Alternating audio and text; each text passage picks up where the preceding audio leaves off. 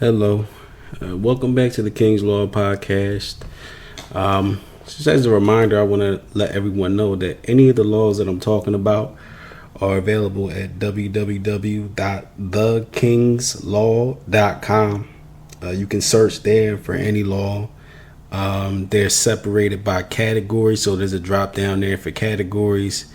There's a drop down there for books, so like you filter by what book you want the law to what laws you want to look at, and you can filter by text. So if you're looking for something pertaining to speech, you can type in the word speech and it'll filter all the laws that have the word speech in them, right? And you'll get those and you'll be able to look through those.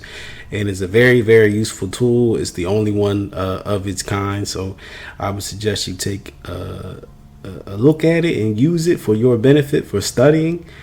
And there's also an opportunity there to support for donations, and whether it be a cash donation, like you support by sending $10, because this is just the beginning of helping everyone understand, right? And either way, it's going to happen. But, it'd be great if people support it.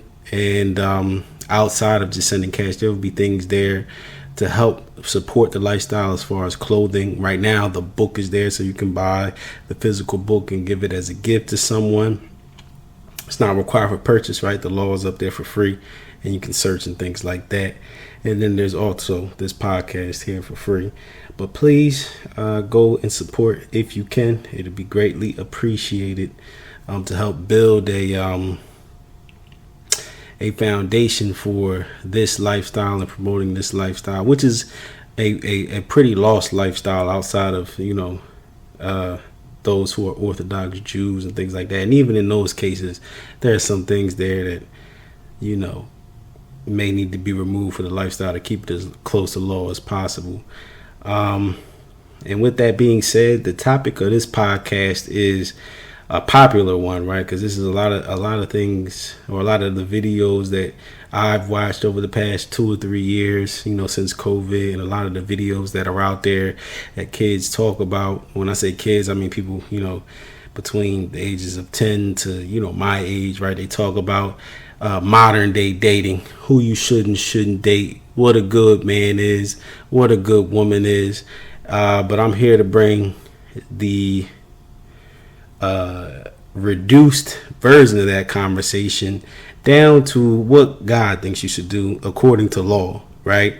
It's a lot more simple and a lot less opinionated than these people with their conversations, right? A lot of them have their own opinions about women based on their past relationships, and a lot of women have their opinions about men and how you should and shouldn't operate with men based on their past relationships with men, whether they were right or wrong, or their parents. So whether or not we know it, whether or not those people know it, I think they're trying to do a good thing. They're trying to help people not relive the same experiences that they had. They're trying to help the best way they can. But when we interject our own personal opinions into things and try to help people based on our life, we're not God, right? We should remove our opinions from people's lives. And that's what I intend to do with this conversation, is just give you the reduced conversation of how men should act as men and how women should act as women in comparison to modern day norms, right? What's normal in society and how people go about life, and what parents allow, and what us as young adults and teenagers allow into our lives. And a lot of it is more simple than we think, right? And I'm going to break it down in a way that people can understand the benefits for their life and what they should be looking to get out. Because a lot of people look at what the Bible says about no fornication, whatever else, and they look at that as kind of like a constrictor to what they can and can't do in life. And hey, this is no fun, right? I can't go out and be with a bunch of girls and whatever else. Hey, I can't go out and be free with my body and be with a bunch of guys if we want. But if you stay for the conversation, I'm going to break it down and make it make sense to compare to the world, the problems of the world today, so you can really look at the damage it does to our families, right? Which our families are most important because they're the platform which we launch from. Right, so if we have a bad platform, we're not gonna go anywhere. If you're a rocket and you're taking off of a sand platform or a non-existent platform, you ain't gonna go very far in life, right? So we need to take those things into account, and I'm here to put those things into perspective so you can take them into account when we go forth and make our decisions in life, right? And I'm not saying I'm perfect. I've made many mistakes. I'm 33. I had 3 children. I got married, though. I did have 3 children and then get married to the woman who had 3 children and things like that. So I'm not perfect, right? Where none of us are perfect, right? A lot of us have had sex outside of marriage and things like that. But it's good to know what you should be doing so that you can ask for forgiveness for the things that you've done and move forward, and make sure that you kind of remove these things from your life as you get older, and know what you are struggling with and where you are at in life so you can move forward, right? Because a lot of us, we know the main things, right? But we don't know where we are at in life, right? So I'm going to start with the biggest, not the biggest, but the most well-known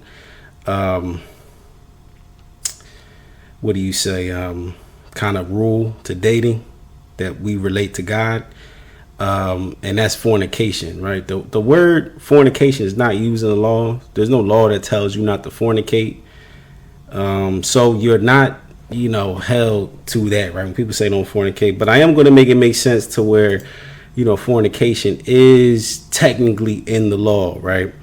So what the law does tell you is that as a believer in God, right, someone who was following God's law that was given to Moses, right, and was given to the Israelites, no woman in your family should be having sex outside of marriage, right? So if you take that and as a father and the kind of the husband of your family, that is a rule for your family. And I'm going to read you the rule verbatim.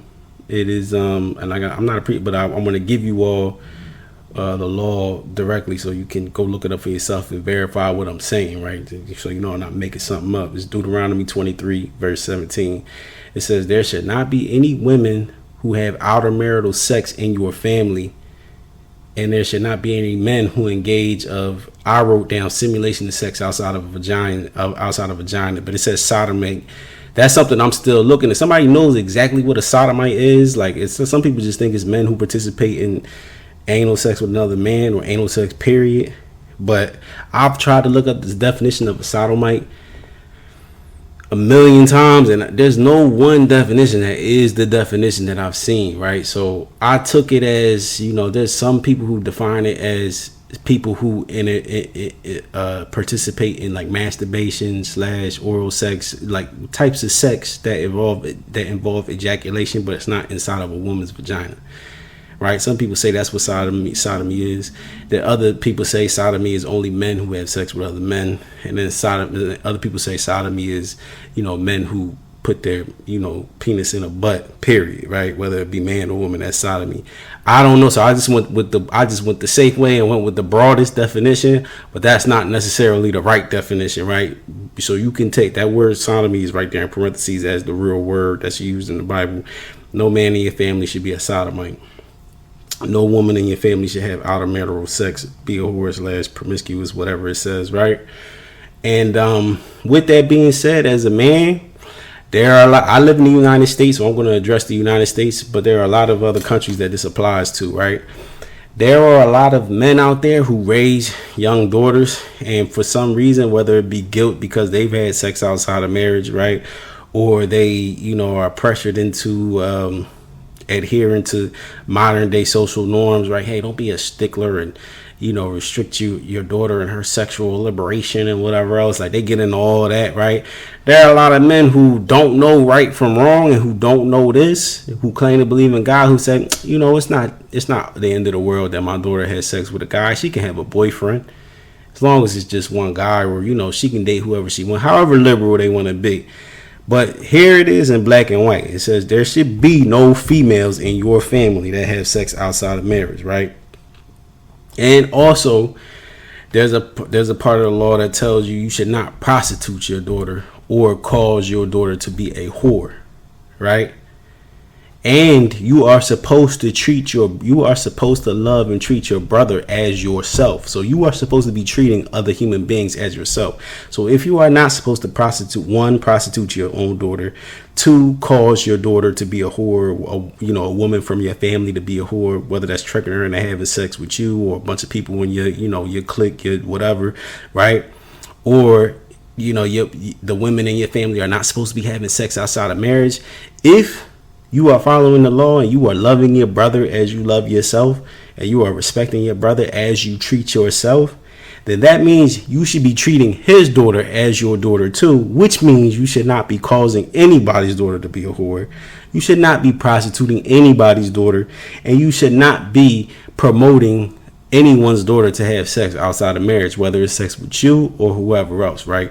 So if any of us engage in outer marital sex with somebody's daughter, I don't know if that applies to orphans or whatever else, but if anybody is having sex with somebody's daughter outside of marriage, you are in the wrong. That is what the word fornication encompasses. The word fornication encompasses these laws, right? It says basically you're not supposed to be promoting anybody's daughter to have sex or having sex with anybody's daughter, including, your own daughters from your own family outside of marriage.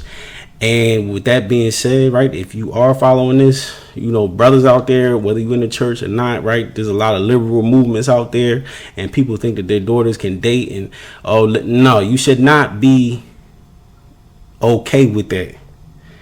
I'm saying, like, you have to put your foot down in some ways, right?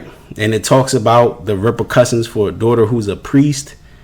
The daughter who's the daughter of a priest, it says if the daughter is the daughter of a priest and she's out here being promiscuous, it says burn her, right? But other than that, inside the law, that's the daughter of a priest. That's an extreme case, right? But then remember, we're talking about law. So whether you agree or disagree with what you said, you have to bring a degree of humbleness into this conversation, because this is the God who created your life in this universe. So you need to respect what he says and know that it's for your best, right? Sometimes we get confused and we follow social norms, and we stick to the social norms and say, hey, that's crazy. But who are we? The social norm is of the time. 2024, 2023, whatever time you're listening to this to, our social norms are relevant to this time. This law is not. A lot of times people get those confused and reversed. A lot of times people say the law is based on time, right? It's only relevant per the time that you're in and what they think is forever. But that is very, very false. What you think in your social norms is based on what country you live in. It's based on the laws of your country, whether they be in adherence to what God wants or not, right? And it's based on what you see in the media, whether that media be television, movies, social media, or radio, music, right? If you really think about it, any of your social norms that you get outside of God's law come from those places, which are very, very, very time sensitive. They're based on who is your emperor / president / prime minister at the time. They're based on who's your regime who's the regime in power at the time and what they think is right and wrong. They're based on who has the most money and who controls what gets put on TVs in the movie at that time. All of your opinions outside of law are very, very time sensitive, period. No matter how you try to skin that cat. So when we talk about sex and dating and marriage, right? Anything that you have that says your daughter should be having sex outside of marriage, or anything as a woman who you think you should be having sex outside of marriage, it's all time sensitive. You might be basing that on a Drake song, right? You might be basing that on your favorite your favorite pop artist song. You may be basing that on James Brown song, whatever time period you from, right? But that is very, very time sensitive. When we talk, we really have to zoom out when we have these conversations. When we talk about time and what's relevant, this has been around for thousands of years, period. It's been around since the beginning of time, but was given to man in text format over 5,000 years ago, I believe, right? I don't know what that time period is. I know Jesus was over 2,000 years ago than before, so it was like, more than 2,000 years ago. I'm gonna keep it safe and just say more than 2,000 years ago, right? All of the social norms that you're talking about right now that come from pop culture and your current presidential regime, America itself is created and validated in 1776. It wasn't that long ago. That's less than 1,000 years ago. We talk about the Roman Empire and the Catholic Church and whatever they talk. That is not that old. It's a couple thousand. It's not. This predates all of that. Period. So we have to be humble sometimes and really look at our lives and where we get our information and where we get the social norms outside of law from our life and apply it to this conversation and remember. Those come from places that are, one, not God, and two, very time sensitive no matter where they come from, if it ain't God. The only thing that transcends God on this planet, only thing that transcends time on this planet is God, period. This is, always was, and always will be, no matter what is in place right now. You might be marching to the beat of the drummer of right now, but that's what we're here for. You're here so you can hear this and remove yourself from that. So one, your daughter or you as a woman should not be having sex outside of marriage. It's disrespectful to your family. And two, there is a law, and I'll look it up real quick just to make sure I'm not saying anything out of turn here, so people don't get on me or whatever. This is right now at this point in time. These things may change because I'm still working on this list right now. It's Law 523 and it's Deuteronomy 22 verse 13 through 21. And it says that if a man has a wife and sleeps with her, right? Because if he takes a woman and sleeps with her, it makes her his wife, right? And he hates her and slanders her, and he says he found her not to be a maid, which maid in the Bible is a virgin, right? Not like maiden voyage, right? Maiden voyage means the ship has never set sail before. Maid woman means like she's never had sex before. No man has been inside of her, right? It says the parents of the woman should bring the cloth that the girl lost her virginity on to the elders of your people at that time, and say that the husband's claims are false. If the elders chastise, the elders should chastise the man and fine him 100 shekels, whatever that equals in your currency at this point in time, right? And give them to the father of the girl for speaking against her, and he may never divorce the girl, right? So it says if you marry a woman and you don't think you married a woman and you feel like you got tricked and you feel like she wasn't a virgin when you married her, and the parents had proof that girl was a virgin when you married her and slept with her, you were the first man who slept with her, then you owe the father money, and you may never divorce that girl again in your life for talking about her, saying something that was not true. It says if what the man says is true, right? If the girl was found not to be a virgin, she wasn't a maid when she got married to this man and she tricked him, or the family tricked him, then the wife should be brought to her father's house and stoned with stones for being a whore in her father's house, right? So it tells you as a woman, basically, we have to look at this and really break it down. So it basically says as a woman, if you was raised in your father's house and you was sleeping around, whether your parents know it or not, and you advertise yourself to a man as a woman of chaste who has not slept with anybody, and he marries you, and when he marries you, he finds out that there were things that weren't told to him, and he found out you was with more men than you thought, or with a man at all, that y'all advertised to him something that was not true, then you supposed to be taken back to your family's house and killed. That's how serious that is.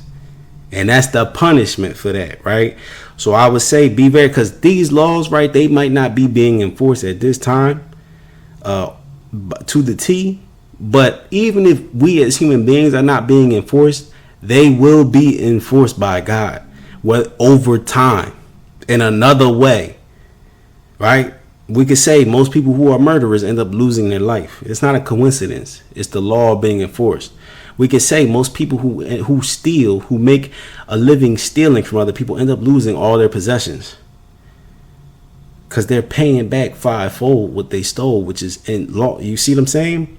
So even though the court may have not taken what this man stole back by, multiplied by 4 or 5 or whatever it is, God will make sure it happens. The universe will correct it, right? So as a woman, be very careful. If you are in your household and you are sleeping with men, you are If you are in your family's household, being raised, you are not married, and you are sleeping around with other men, whether you know, whether your family knows, and the man that you plan to marry or the man that you tricked to marry you knows all the things that you've been doing in the dark, you need to take into account that you are possibly putting your life in danger. Period. If you go to a man who you know, because a lot of men, let's be real, a lot of you women don't want to marry a man who is not a good man in your opinion, right? A man with values, and a man with values is not out here being a whoremonger, right? So a lot of you women want good men. You looking around and you're judging men. You want a good man, but you may not be a good woman. You might have been running away from your parents' home, sleeping around. You know, you might have met, the random, guy who you thought was tough in your neighborhood, or a pretty guy or whatever in your neighborhood while you was young, sneaking around with him, sleeping with him and things like that, right? Giving him your virginity, or giving a bunch of people your body, and you think nobody knows, and you find a nice guy, you want to marry that guy. Don't do it, man. You're setting yourself up for death. Don't do it. Just be truthful and say who you are and what you are, and know you probably shouldn't be getting married at all. But there are men out there who do not have to adhere to law that can marry you, right? At that point in time, when you do make those mistakes in your family household. I know one law here is, which people, I'm reading the law verbatim. I'm not telling you anything, but that's my opinion. It says that a bastard, right? A man who does not have a father, it will not be in the congregation, should never be let into the congregation of God past his 10th generation, right? So you can take that as that man does not have to adhere to the law, because he will never be part of the congregation of God, because he has no family, right? So at that time, you can marry a bastard, because he doesn't have to follow the law. If you interpret it that way, if I'm interpreting that improperly, somebody please correct me. But they're not in the congregation of God, right? So you can marry those men at that point in time. But be very careful. If you had given your virginity away and you had been sleeping with men while you were at home in your father's house, and you don't disclose those things to the man who is marrying you, you are putting yourself in jeopardy of death. You are ruining your family at that point in time if you choose to lie to a man and try, because you think he's a nice guy, and try to marry him, right? So be very careful with that. And men, if no woman in your family is supposed to be having sex outside of marriage, you need to consider who you are marrying more carefully. I know I've made this mistake, and plenty of men make this mistake in America because they think, hey, I'm not an insecure guy, and I don't want to be judging anybody, and I'm not a virgin myself. And you say, hey, I want to marry this girl, but it's not you. It's the law, period. And it's looking out for you beyond your understanding, right? So if you meet a girl and because most of these girls, a lot of them will try to trick you in the beginning, and they'll advertise something that's not, necessarily true. They'll advertise themselves as, women of chaste when they know they slept around and things like that. But there's always a point in time when they see the relationship getting serious, they can feel the fear inside of them, because they know what they're doing. It is putting them up for death, right? I might be ruining this man's family based on trickery, and that could result in me getting killed. They know it in their hearts. So there is a point in time where they usually do admit what they do. They might say, I'm a hoe, right? To you. And you might be like, oh, no, don't say that. No, take her seriously when she says that, because she probably has done a bunch of stuff that she's not telling you, and that's her admitting to you, look, bro, like, I know I might have told you I only slept with 3 guys, but I'm a hoe, right? I mean, I slept with you just like I slept with everybody else who, I thought was cute too. So I'm just letting they're not telling you because they feel guilty. They're telling you out of fear, because they know inside they are doing something that is wrong and can come back to them. Because we all feel the law in our hearts, right? And they know they're doing something that put them in jeopardy, right? So when a female says that to you, or a woman says that to you, take heed to that and leave her alone. Or you can be friends with her, but do not marry her. Period. You are not supposed to be in a relationship and getting involved with women who are promiscuous and bringing them into your family and getting married. It's just the law. So if you do that and you do it knowingly, you get what you get, men. Period.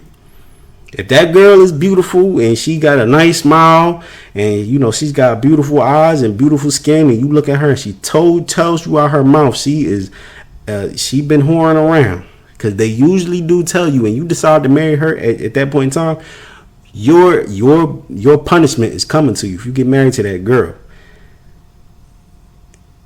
And it's all on you. You might try to blame the girl, you might try to react, but she told you who she was. They always do. They tell you who they are. Maybe not day one when you meet her and you asked her flat out, but when the relationship gets serious, they usually tell you who they are. And you need to listen to that, and you need to say, cool, I respect you.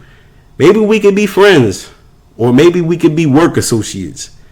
But you need to let her know you can't marry her. And if she don't like that, she don't take that information, you need to stop talking to her, because you can't marry her. At this, you're a husband, and a husband means you are supposed to be tending to your garden, tending to your crops, and you're supposed to be pruning that's your job, pruning your family, right? You're supposed to be bringing good things out of your family and cutting the evil out. Men, not women. She ain't the husband, you the husband. And a lot of these modern day conversations, they focus on women. And they say, oh, she did this, she did that. Nah, if she did that, all she has to do is tell the truth. And she can marry who is able to marry her. A man who is not a man of God, a man who is not in the congregation of God. She can go marry them, or she can go be who she wants and be free with her body, whatever. She ain't doing nothing wrong. If she's the daughter of a priest, she set herself up to get stoned. But most of these women out here are not. Most of them have the duty to not marry some man and trick them. That's where they're putting their lives at risk. But most of these girls do the right thing, and they tell you who they are before you take it to the next step, to the next phase. So at that point, it's your fault. It's my fault. It's every man's fault. Men, you need to tell your sons. If you know he's around with a girl who's sleeping around and you see it, you need to tell, hey, no, period. I disown you. You need to tell them straight up. No. Hell no. Whatever you need to say. Nah, I ain't taking care. Nah, I'm not paying for nothing. You and that girl are going to lose my last name. You marry that. You need to tell them sick, because you are the husband. It's your responsibility, nobody else's but yours, to prune your family, to pluck what is bad and throw it in the fire. If you see your son marrying into something and maybe planting the seed into something that's evil, something that is no good for your family, you need to tell them straight up, bro, stop. You're ruining my family, and I'm going to have to pluck you out. Tell them.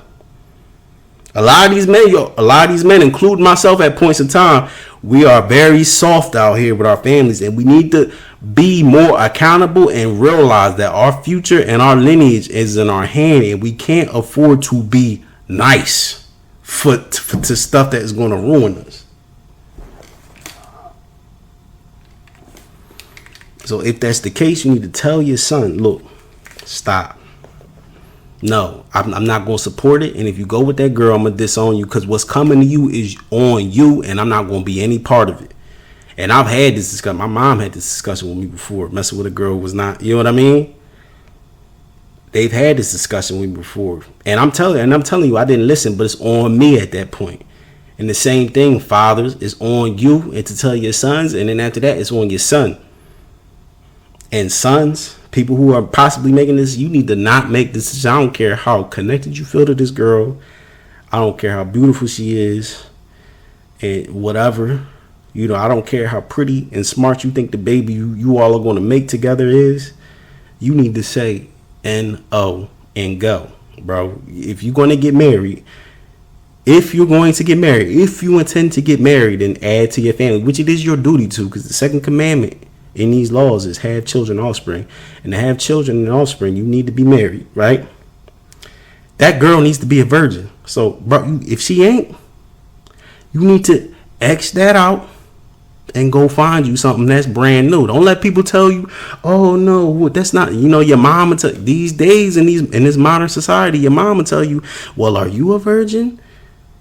You can't marry. No, but no. Yes, it's your duty to marry a virgin. If your family doesn't provide you that, then they're lost and they're not helping you. And that crop is going to spoil you because they're going to be spreading that to everybody.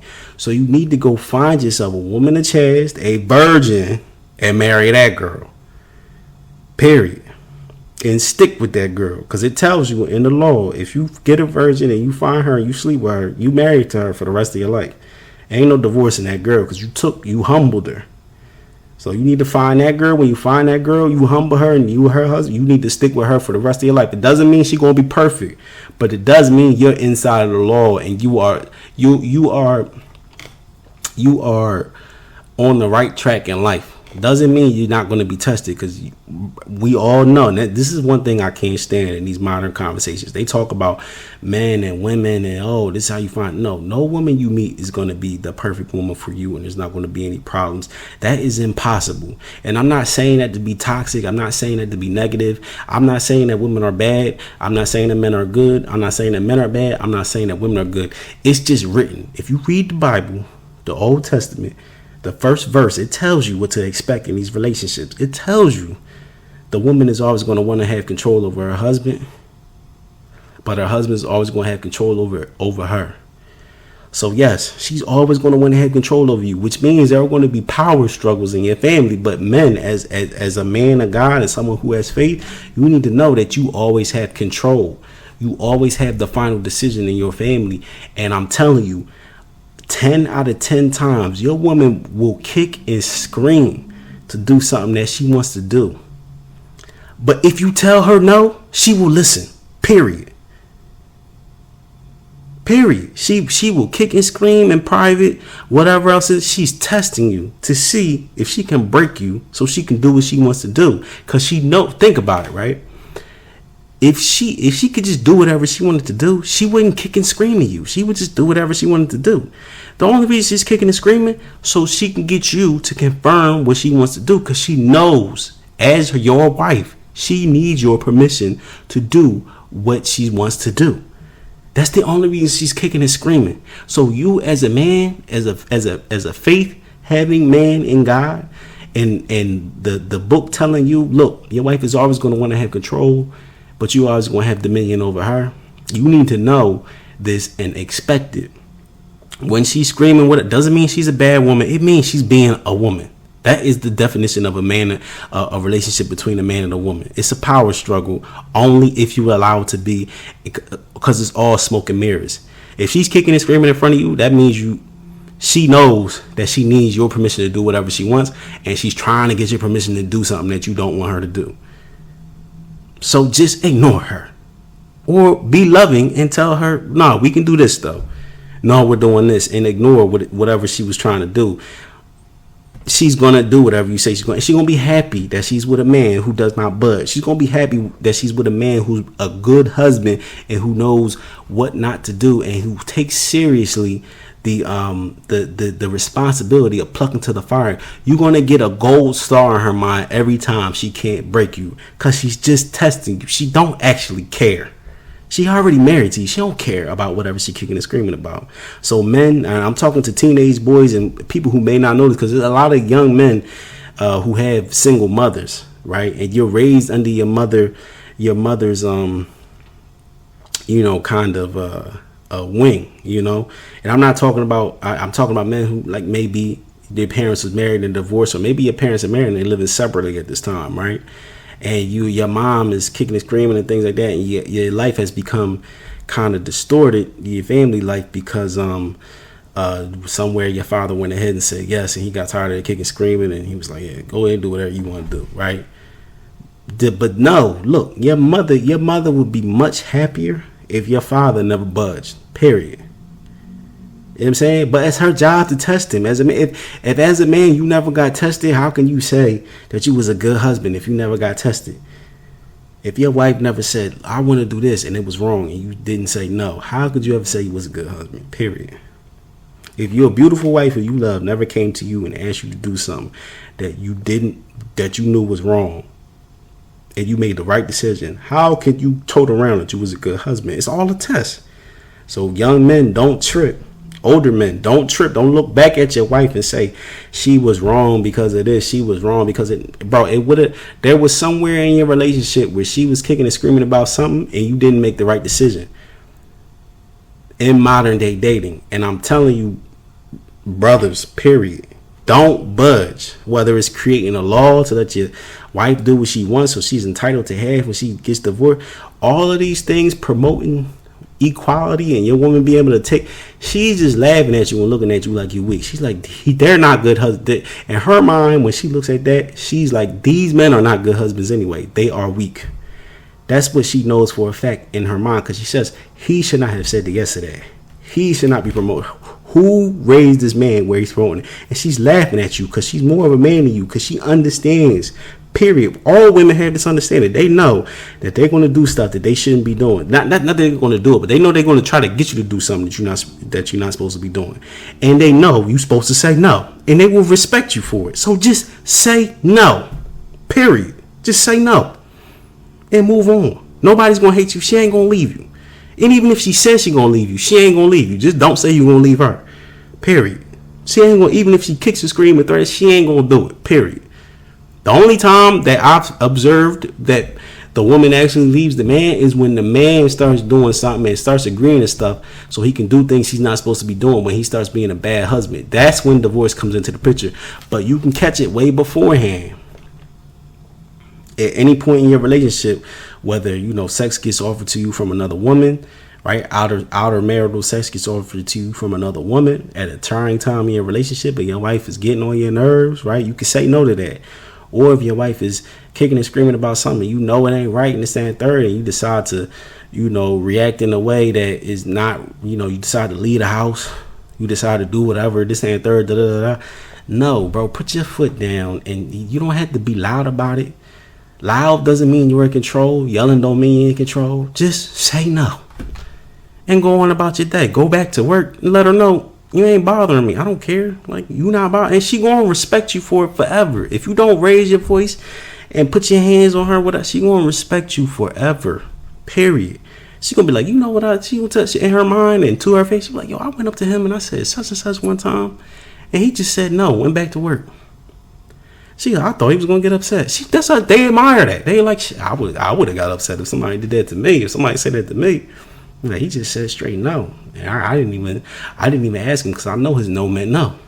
I know I can't convince him to do nothing, and she's going to respect you for the rest of your life for that, because she knows that's hard, and she knows she knows she couldn't do it, and she knows she doesn't want to do it, and that's where respect is earned. So yes, don't scream, don't shout. This is for young men who will raise, because a lot of men make these mistakes, including myself. Right, we all make these mistakes, and in hindsight, we don't admit we're wrong to our sons, so that they can do better, but to our sons, right, people who are coming up, they need to hear this.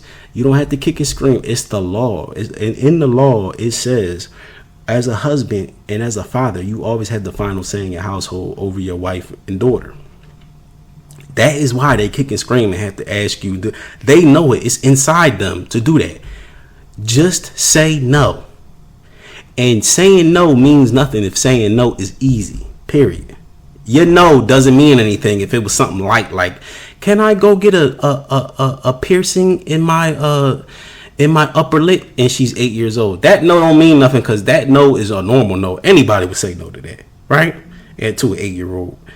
The no means no when it's your daughter and she's 18 years old and she wants to spend the night at her boyfriend's house on prom night, and everybody else is doing that. It's your job as a man, when all the other men are like, you know what? Brad's a good guy. He's been dating my daughter for 6 months. She could spend the night over there and, have sex with him or lose her virginity to him, even though they're not married, right? And then Brad defiles your daughter, and you can't find a good husband for your daughter, and she's depressed for the rest of her life, right? That no was an important no, because everybody else is doing it. It's an important no when your wife comes to you and says, you know what, Brittany is she's a grown woman at this point in time. She's going to be out the house anyway. And it's that and third and da-da-da. And it's normal. What do you want to be? You want to be a tyrant? You want to be this? She going to come to you and say it too, because she's going to be looking at you. She's testing you. She knows. He knows he should say no. I'm saying he's been watching TV. He's been listening to the radio. This is normal. Let me see if I can get him to say yes. and then he'll have to deal with the consequences of it. But I know they know you should say no. That's the no that counts. When you say, hell no, she can't go over there and she ain't spending the night. She lucky if I let her go to the dance. She better be at the dance where the chaperones and whatever else is at, and I'm gonna pick her up from the dance. And then after that, she talking about leaving the house. She talking about leaving the house. She better get a husband. Period. Like, we need to find her a husband. She need to get married before she leave this house. Other than that, she ain't going on.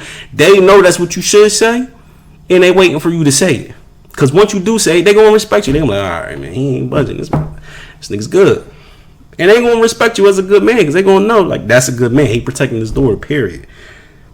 But the kicking and screaming and all that, it's all smoke and mirrors, man. It's not real. And don't go with that BS. Look at the law, follow it. Your daughter is not supposed to be having sex outside of marriage.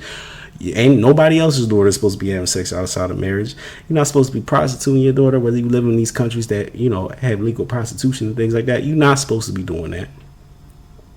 And your daughter is not supposed to be out here having a relationship with some man that's not a marriage, and he could break up with her whatever he want and break his duty to her and move on to another woman, and they dated that woman. No, your daughter needs to be married, and this is and I'm not going to provide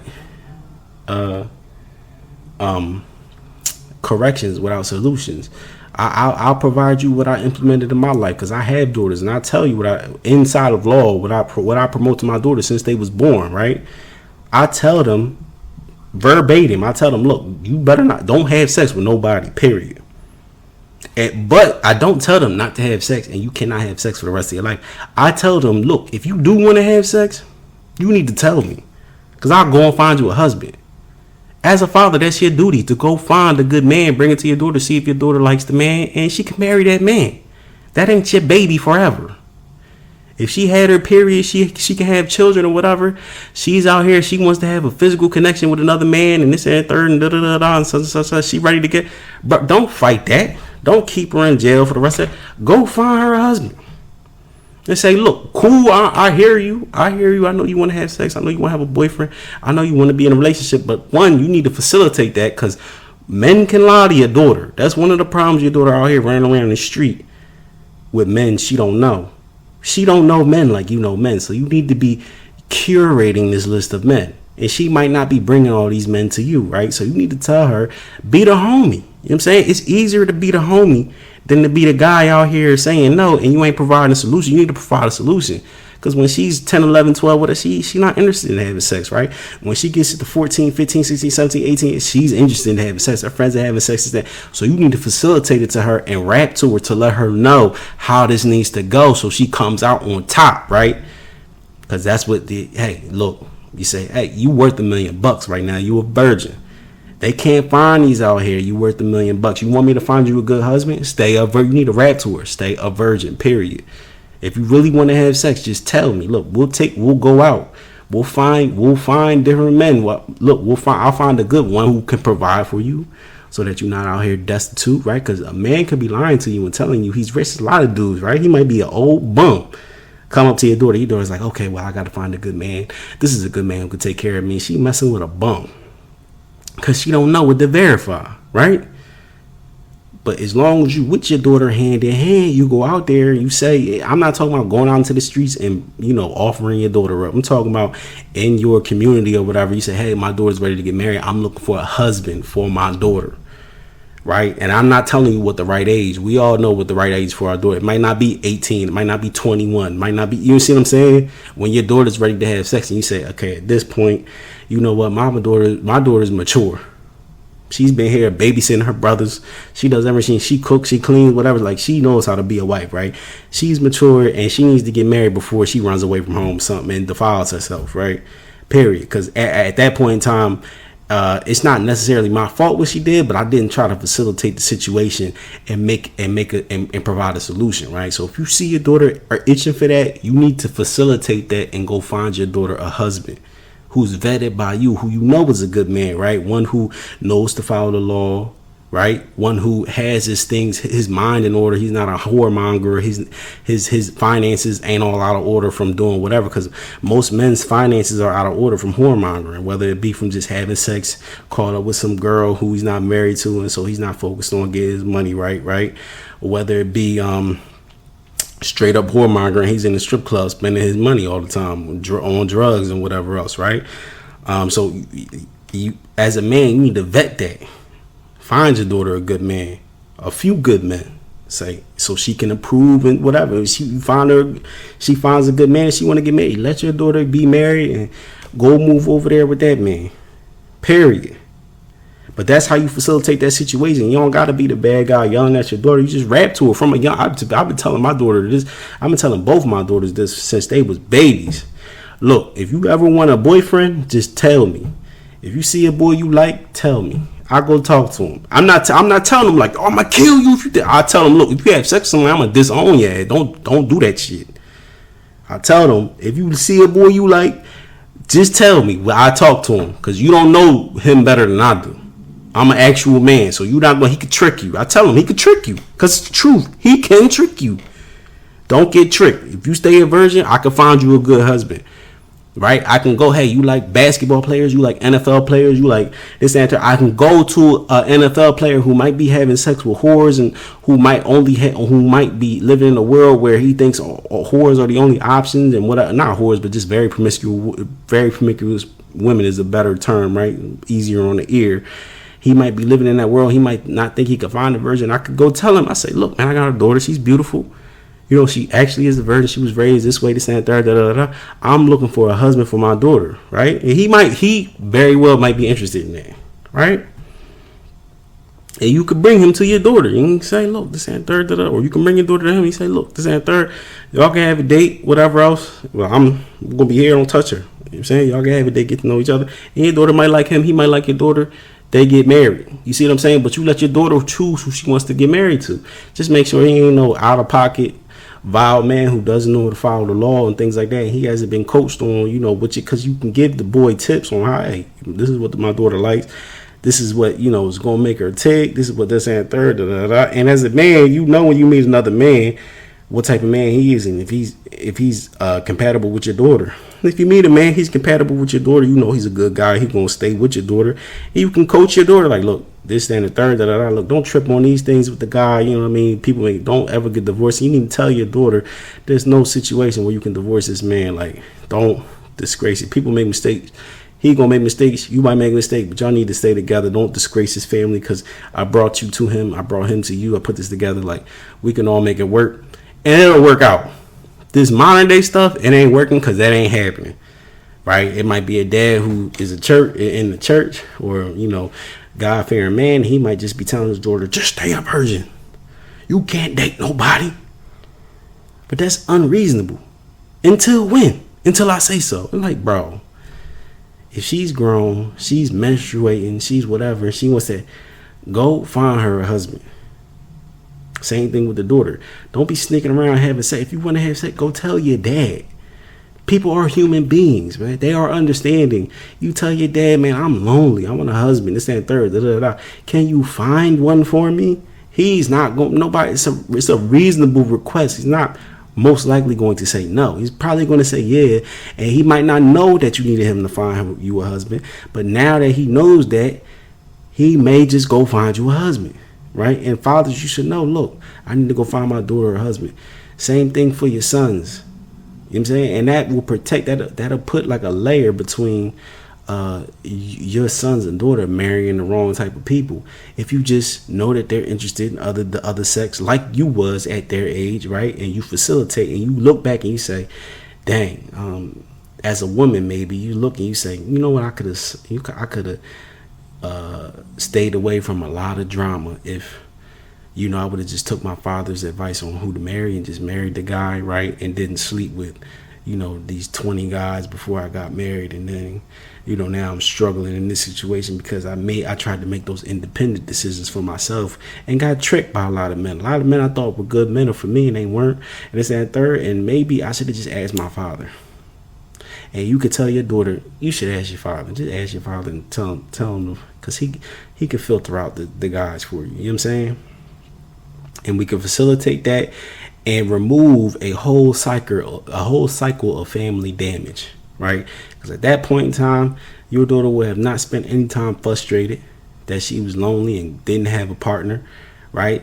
The men out here who are looking for partners can trust and believe that there are fathers out there who, when their daughter is ready, is going to bring their daughters and say, hey, you know what, it's time for my daughter to get married. Maybe you might be a good option, right? But nowadays we don't have any of that going on. We leaving it all to the kids. We tell them don't, but then we don't provide them a way to get married. You don't provide them a, hey, look, let me filter these girls out for you, or hey, look, let me filter these guys out for you. Just tell them no. And then what they supposed to do? Then when they get super old, you know what I mean? If they're listening to you, still obedient, and they haven't had sex with anybody, right? When they get super old, they ain't just put them out there to swim. You done raised them, sheltered their whole life. Then you just put them out there to swim with a whole bunch of people. They don't know what's going on. You got all these people that have been shucking and jiving since they was 12 years old, running around having sex whoever they went, depending on where they was raised, right? And then you put your daughter or son out there fresh, and they just get ran through, whether it's a boy or a girl, because they out here trying to catch up, and then they got so much damage by the time they get ready to get married. You like, okay, well, that's normal. But at least I protected them up until the age of 18. No, bro. Provide them a way to get married. Provide your daughter a way to get married before she gets out of your household. Allow her to date through you and find a husband. And go with that husband, because she knows at the end of it, like, people will cooperate as long as they know there's a plan, right? If she knows, just like I tell my daughters, look, if you want to have sex, if you want to do this, then don't go out there and do it. I don't say don't go do that and then just leave it at that. I gave them the game. I say, look, if you have sex before you get married, you are devaluing yourself. And I'm not going to be able to get married. You like a soccer player? I'm not going to be able to get you that soccer player, because I'm not going to be able to tell you he's the only man he's the only man that you slept with. And how is that going to make you stand out from everybody else?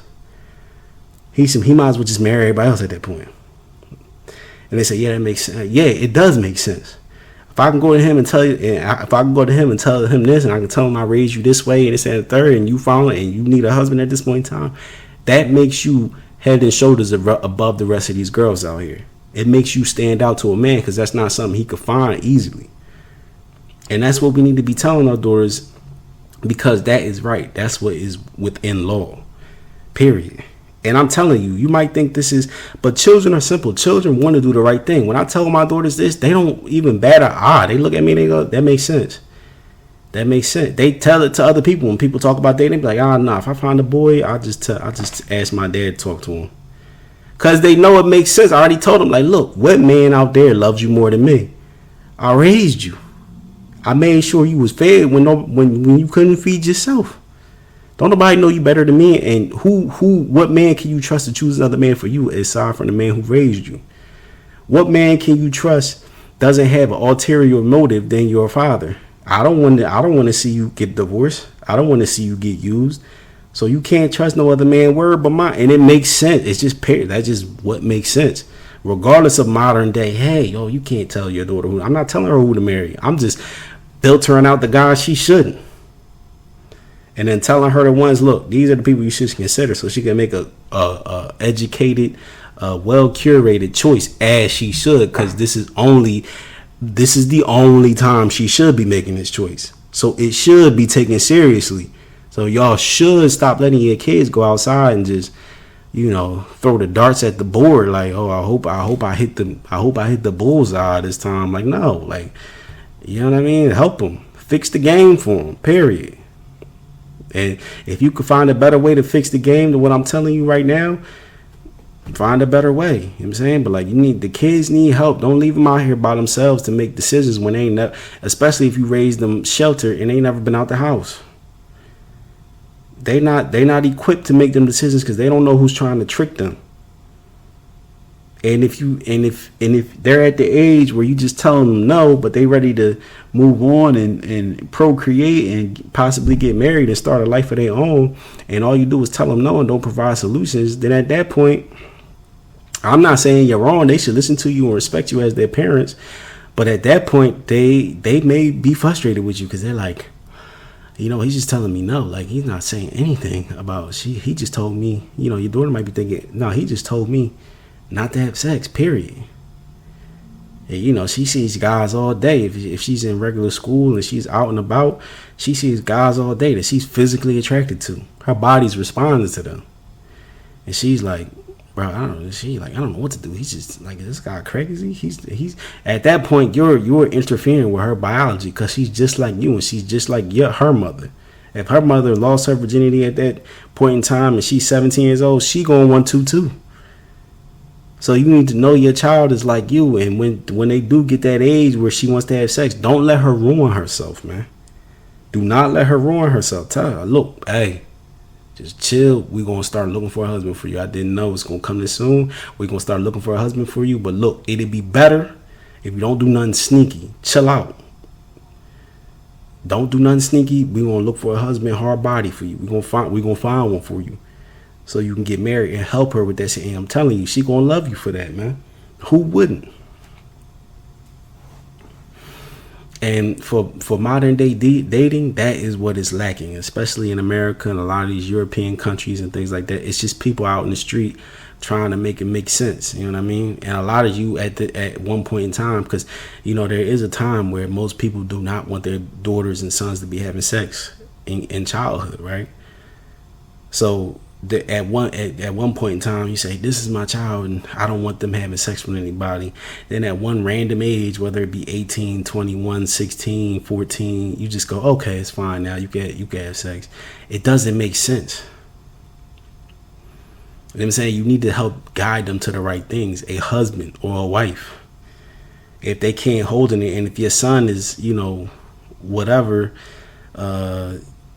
you know, X amount of years old and he doesn't have the income to support a family, you need to let him know, bro, you shouldn't be getting married, because if you get married, you and your wife have sex, you have a baby, who gonna take care of the baby? It's not me.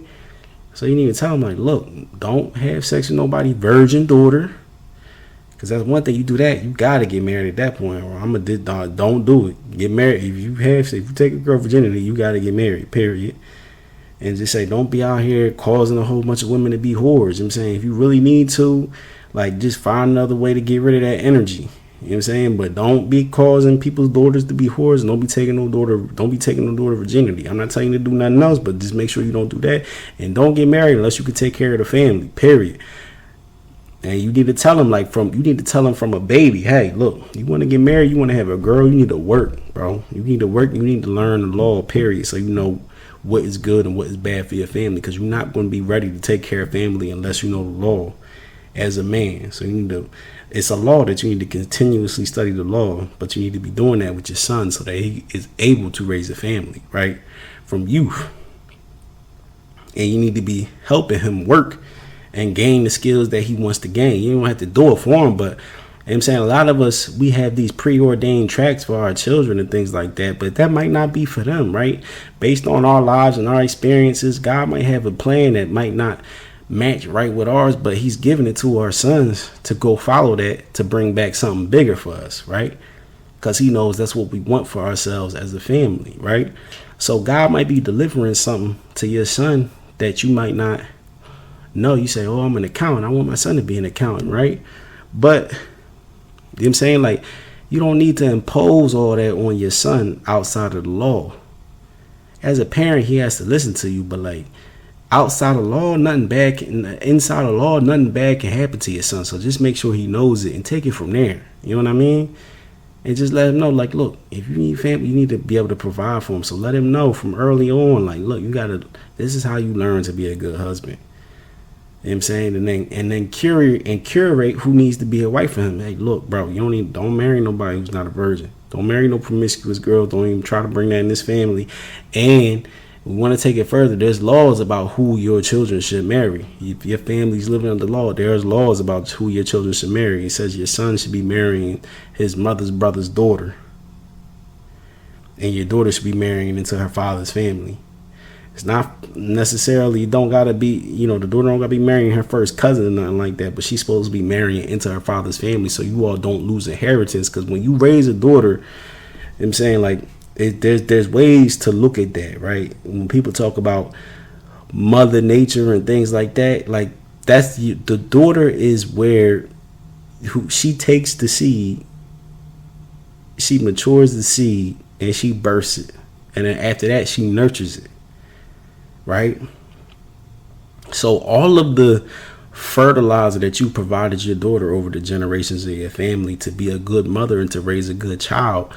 If she leaves your family and she doesn't marry a man from her father's family, she takes all of that good fertilizer with her and uses it in her family. Your daughter might be out there, she might get taken by a robber in the wake, some guy with nothing, and he knows he like, look, I could steal somebody's valuable daughter and get your daughter stolen. So, bro, you need to know it's a law, and I'm gonna look it up right now so I can tell you what verse it is, so you can look it up for yourself. Just give me a second.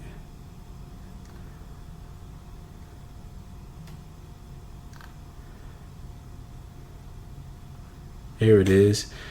Right now it's law 428 and it's Numbers 36, 8 through 9. It says daughters should marry into their father's family not to lose inheritance. So I'm not making that up. That's an actual law, right? And you all don't need to, like, don't do it. Don't lose all that investment, because you gotta think, families invest in their daughters. Period. Y'all investing out there. Y'all wanted to read all these great books. You wanted to read all this and the third. All of that is like putting fertilizer in the soil. Who is your daughter, who's going to birth the next generation of your family? If you let that girl go, and some random guy off the street who's not related to you, whole different, he might be from a different continent, takes your daughter, all that fertilizer and all that you put into your daughter goes away from your family. You lose all that inheritance. That's not going to be put back into a baby of your family. She's going to go to that man's last name, and that all of those riches that you put instilled into your daughter that are going to come out into the seed that she grows from her is going to be wasted on some other man's family. So y'all need to keep that in your family. I'm not saying she got to marry her brother. I'm not saying she got to marry her first cousin. It could be a distant family member, whatever. But like, you keep it in the family, because I've seen it in my family. I've seen it. I've seen some of the girls in my family. They've been raised the best that you can be raised. They've been going to the best high schools, best elementary schools, going to the best colleges, whether it be best fashion college or just best college, period. Learned all these things, read hundreds and thousands of books, smart as a whip. This saying they get married to some random dude. Don't know his backside from his front side, and nobody know him. Don't even know, and it doesn't matter about color of skin. You know what I'm saying? Just some random. I've seen it plenty of times in my family. They get married to some random dude who has, because it's real. It's very. The only guy who realizes he has nothing and needs to go get a woman who he can plant his seed into with good fertilizer is a man who comes from bad land, a woman who with not good fertilizer, and he knows it messed him up in a lot of ways. So he knows from a young age that he needs to search for a good woman from a good fertilizer, and then he stumbles upon your daughter at school or at a club somewhere, and he hears your daughter speak. One time he like, oh, yup, got a good one here. I don't know who let her out the house, but I'm stealing this. Don't let nobody steal your daughter, man. That's the problem with modern day dating. These dudes, y'all be letting these random guys steal your daughter. Don't put all that into your daughter, because you're going to do it naturally. You're going to fertilize your daughter, put all that into her naturally, because you're doing it for the next generation of your family. So don't do it and then let her grow up and then let her get stolen. You know what I'm saying? Keep it with the family. Don't let her get stolen for no reason.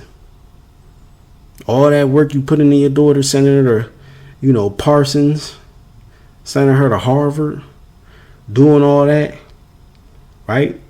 If she is married to a man who's in her father's family, right, all of that knowledge that you put onto her goes into that seed. That seed is going to be a great seed. If you have a man on the other side who was raised the same way, and then you have her on the other side that was raised that way, that seed is going to get good fertilizer, is going to get good nourishment from both sides. One, the seed is going to be good that came from that man, because you raised it. You done curated and taken away all the bad stuff out this boy, so it's a good seed. And then two, that girl that the seed is going to go into and be fertilized by and nourished by, all that is good nourishment because you raised that daughter. You the one who helped her learn right from wrong, who helped her get that knowledge so she can get into Yale or whatever. And I'm not using college as a way to say somebody's good. I'm just using it as like a kind of like, I don't know, like a marker, like, hey, you taught her a lot or whatever, right? You taught her all that so she can get into Yale, whatever else is stand third. When y'all bring those together, that is what makes your family rich. Period. Even if your family cashed out on this last generation, right? Because being good and having good things is only last for the day that you were good in, right? But you take that seed and then that fertilizer that you've been working in, and you put all that stuff in while you were doing good, and you might slip up at one point in time, right? They come together and make something even better. And that's how your family gets rich over the generations. Those are keys. That is what modern day dating is going against. Modern day dating tells you, which if you look at this as outside of law and doesn't make any sense, not beneficial to you. Modern day dating tells you to raise a son, let him sleep with who she wants. Even if she was a porn star, if she stopped being a porn star, he can get married to her. Your beloved son who you raised to be a good boy, he's going to go to some sex worker. Modern day dating tells you to not be against that in America, or else you're judging. No. Modern day dating tells your daughter, oh yeah, you shouldn't want any man to have sex with her while she's a child, whatever else is standing third. But then randomly at some age, whether it's 16, 18, 21, 24, yeah, it's none of your business anymore, and she's liberated and she's free and she can have sex with who she wants, and whoever she brings back into the family, whatever country, whatever religion, whatever she's from, just accept them with open arms and give them a hug. No. Give him the game young. You being inside the law let you know the game, even if you made a mistake, and start the game young. Tell him, look, bro, don't even worry about it. You want to have sex, I'm gonna find you a husband. Tell your son, look, whatever you have to do not get any girl pregnant. Don't have sex with nobody virgin daughter, because then you have to get married to her, and if you don't, it's gonna be a problem, right? Tell him that from day one. Tell him that from a young age, so it's in his mind. Don't just tell him not to have sex. Give him the game. Hey, bro, don't have sex with no virgins out here, period. We gonna find you a wife. You know what I'm saying? We gonna ask you if you're okay with her. Let us know when you want to do this. But right now, you shouldn't even be able to really worried about sex at 10, 12 years old. Who your girlfriend is, you shouldn't even be really worried about sex. You be focused on this law. And focused on what God gives you to do that's inside the law, and cultivate that so that you can eat, so that you can take care of your family. Worry about that. I'm saying, and at this age, when you're ready to start having sex in this and third, we'll find you a wife. In the meantime, if we take too long, or you take too, hey, bro, don't take nobody's virginity. Don't be causing nobody's daughter to be a whore out here. Period. You gonna you can't do that. At that point, you have the duty to marry that girl. At that point, you're the violence of my family. You owe them money. Don't do it, because I ain't paying. Or if I have to pay, we gonna have a problem. And just tell them that straight up, and they gonna know from the beginning. They gonna know from childhood, from jump, this is what's right and this was wrong, so they can plan accordingly. They can plan around that starting at 9, 8, 10. They know, like, hey, these are the rules of the game.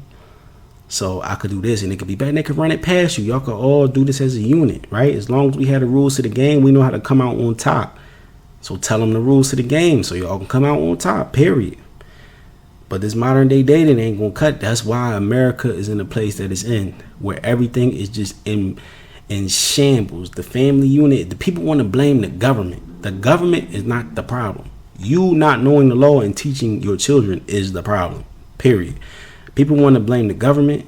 The white people want to blame the black people. The black people want to blame the white people. The foreigners want to blame the Americans. The Americans want to blame the foreigners. That's not the problem. The problem is nobody follows the law. You wouldn't have to worry about Joe Smo from some other country coming over and having sex with your daughter if y'all all followed the law and taught it to your children. You wouldn't worry. You have to worry about somebody going out into the street and your daughter going out into the street and then getting caught by some guy who is not part of your family and is not desirable, having sex with your daughter and marrying her, if y'all all knew the law, right? First off, that guy wouldn't even exist if everybody was following the law, right? We would all be law upstanding people, and he would be focused on marrying a white woman. If we all followed the law, that guy wouldn't even exist. And so, with that being said, that guy not existing, your daughter not being in those situations, your son not being in those situations, all of this does not go back to a woman. I know that's hard to believe when we listen to a lot of this modern day dating podcast and whatever else, and think like a man and whatever else. A lot of this puts it on us as the individuals, but all of this at the end of the day falls on the man. Me, you, if you are a man listening to this, if you are a young boy who's slated to be a man in the future, right? This is all based on your husbandry. You knowing right from wrong, which is the law, and you being able to root out what is right from what is wrong from your family, and tell them what to do right, and do it as a unit and plan it out and promote it. All falls on you as a man. If your daughter grows up and is promiscuous, it's your fault. You did not give her the game. You know what I'm saying? There are very few situations where the daughter grows up to be promiscuous and it's not the parent's fault. It's always the parent's fault. There was something that you did in front of them, something that you taught them, or you didn't teach them the law at all, that allowed them to go that way. Because most children, the parents are their heroes from jump. Us as parents ruin it by doing something wrong. Maybe as a father, right? Maybe you've been telling your daughter not to have sex with other women, but maybe you've been buying prostitutes on the side. She can feel that energy from you. She sees you, she can feel that whorish type of energy coming from you. And she knows, well, that's what he's telling me, but that's not real, because I see him out in the street. He loves whores. Anytime a woman with a big butt walks by, he almost breaks his neck. She wants to be that girl because she wants to get your. It doesn't matter what you tell your daughter. She can see. She knows what guys like based on what her dad likes. If her dad is you and you married, and she knows the woman who gets your attention anytime in your room is the woman who has on the least amount of clothes, that's the woman you breaking your neck for, then how you think your daughter going to get the attention of a man? By taking off her clothes. Period. You see what I'm saying? It goes deeper than just you talking. You got to live it. You know what I'm saying? If your son sees you as a man, and you tell him oh, you can't get a promiscuous girl and this and third, and he sees his mother, and his mother is over there telling stories about how she used to be in the club back in the day, and she met Ronnie and Donnie and whoever else, and Joe Schmo and da da da da, and they, you know what I'm saying, she talking about that, and she laughing with her girlfriends when they come over for their birthday party about all this stuff, and she references that, she like, oh yeah, such and such, he's a good guy. You like, your son looking at you like a clown. He said, he told me to get a promiscuous girl, but from what I hear, my mom telling these stories, she got ran through, cuz he's sitting here putting it up with it. He might hear you, but his life example is, well, the woman I was raised by, the first woman I knew in love is a promiscuous woman, a woman who was whoring around before I was born, and you married her. So what am I supposed to do that's different? You ain't even do it. You know what I'm saying? So you got to practice what you preach, man. You have to practice what you preach. And if that means waiting, you got to wait and show some discipline, man. Don't make these mistakes, because I'm telling you, your children see your mistakes, and they might not be trying to imitate them and repeat them, but it's going to be natural for them because that's what they was raised in. If you marry a promiscuous woman and your wife was hoeing around and she might do her best, and she might put on a turtleneck, and she might attend church every Sunday, and but her mind somewhere as a child, her mind was allowed to go awry and be focused on promiscuous activity. That's part of who she is, and she probably got it from her father. You know what I'm saying? So you just let that energy into your family, and your son loves that woman. He's going to love women like her. So who your son going to end up with? that promiscuous woman who whoring around. That's who he's attracted to, because that's who held him. That's who breastfed him as a child, or gave him his bottle, who he looked up at. While she talked to her girlfriends who was still out in the street. You know what I'm saying? She was hanging out. That's who was at the house. That's who was coming to the birthday parties. That's who he's used to being around, because that's who you allowed around. It's your fault. Don't let your son grow up when he's 22 and then say, oh yeah, you're supposed to find this, you're supposed to find that. And he gonna be like, well, how do I get that? The woman I'm naturally attracted to is a promiscuous woman, because that's what I was raised by. So where we're going to is stop lying. Stop lying to your kids. That's what it comes down to. Stop the lies, because they can't believe you if what you say goes against reality. You don't have to be perfect. This is where perfection comes in reality, right? When people say, well, everything's not always perfect, so how I can't combat this, so I can't do this. Yes, you can combat it. You don't necessarily have to be perfect, but you need to tell the truth and stop the lies. That's what you need to do as parents, because parents, what you all do is lie. And I'm telling you, I've never lied to my kids, and it works. I tested it out just because I knew I was told a bunch of lies as a child. So I tested it out because, one, I don't like to lie, and two, I was just like, I knew when my child was born, she was a blank slate, and I'm like, look, anything I put into her, any mistrust she has in me that's real and is going to stick, it came from me. So I told myself when my first child was born, I said, I'm going to tell this child the truth. And I'm telling you, when you keep it 100 with them, they just listen to you. I'm not saying keep it 100 with them like if you out here smoking all day and night, you need to be smoking with your child. No, don't pass the blunt to your child. That's not what I'm saying. I'm saying tell your child the truth. Tell your child the problems that came along with that. Tell your child, even if you married the woman and it's 18 years later and you now listening to this and you know your wife was, running around back in the day and that's who your son was raised by, and you see your son about to make the same mistake and whatever else, tell your son, look, bro, I know what you saw and I'm going to tell you my life and I'm going to tell you what went wrong. Because a lot of men have horror stories that we don't share with our sons. A lot of women have horror stories that they don't share with their daughters. They just want to look perfect in front of their kids, so they start lying. And if anything goes against the mistakes that they make in front of their kids, they just say, well, that's what I did. I'm happy. But they know what happened to them. The mom may have stepped outside and decided to go to college by herself. She might have thought she was cute. She might have went to another town, right? She might have said, okay, well, I want some extra money, or I'm going to start waiting tables, whatever, right? A lot of those girls in those situations at night, they get drugged, they get raped. But the daughter don't want to. The daughter didn't admit it to her parents, and then she doesn't admit it to her daughter. She won't tell her daughters that she's unsafe. Then the daughter goes out trying to be like the mom, and the daughter gets raped too. But she don't tell anybody, and then y'all got this generational damage, horrible things happening to each other, and it's all happening because you won't stop lying. Just tell the truth. When you get older, be like, look, man, I thought I was cute when I was young.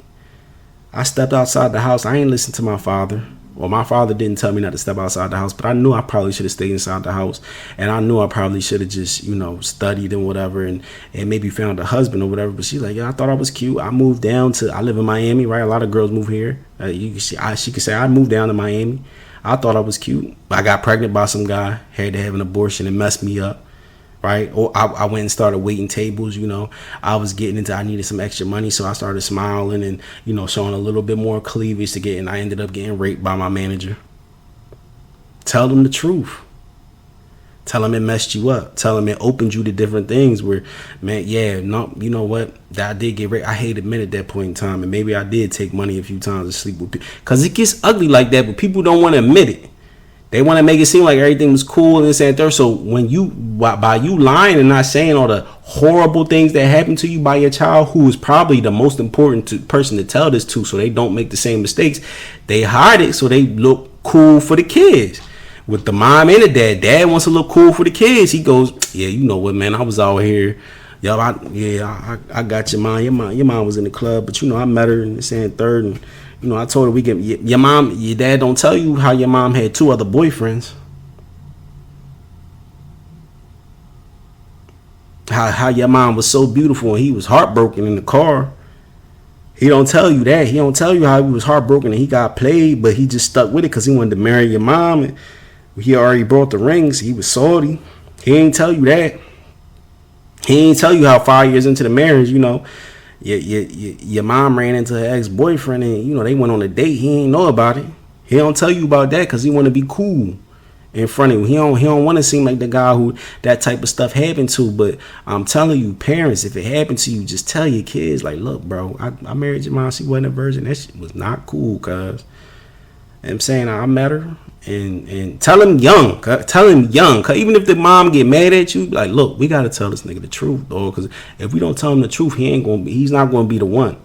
If we don't tell him what we went wrong so he can do it right, he's going to see us doing wrong and he's going to think that's how you get it right.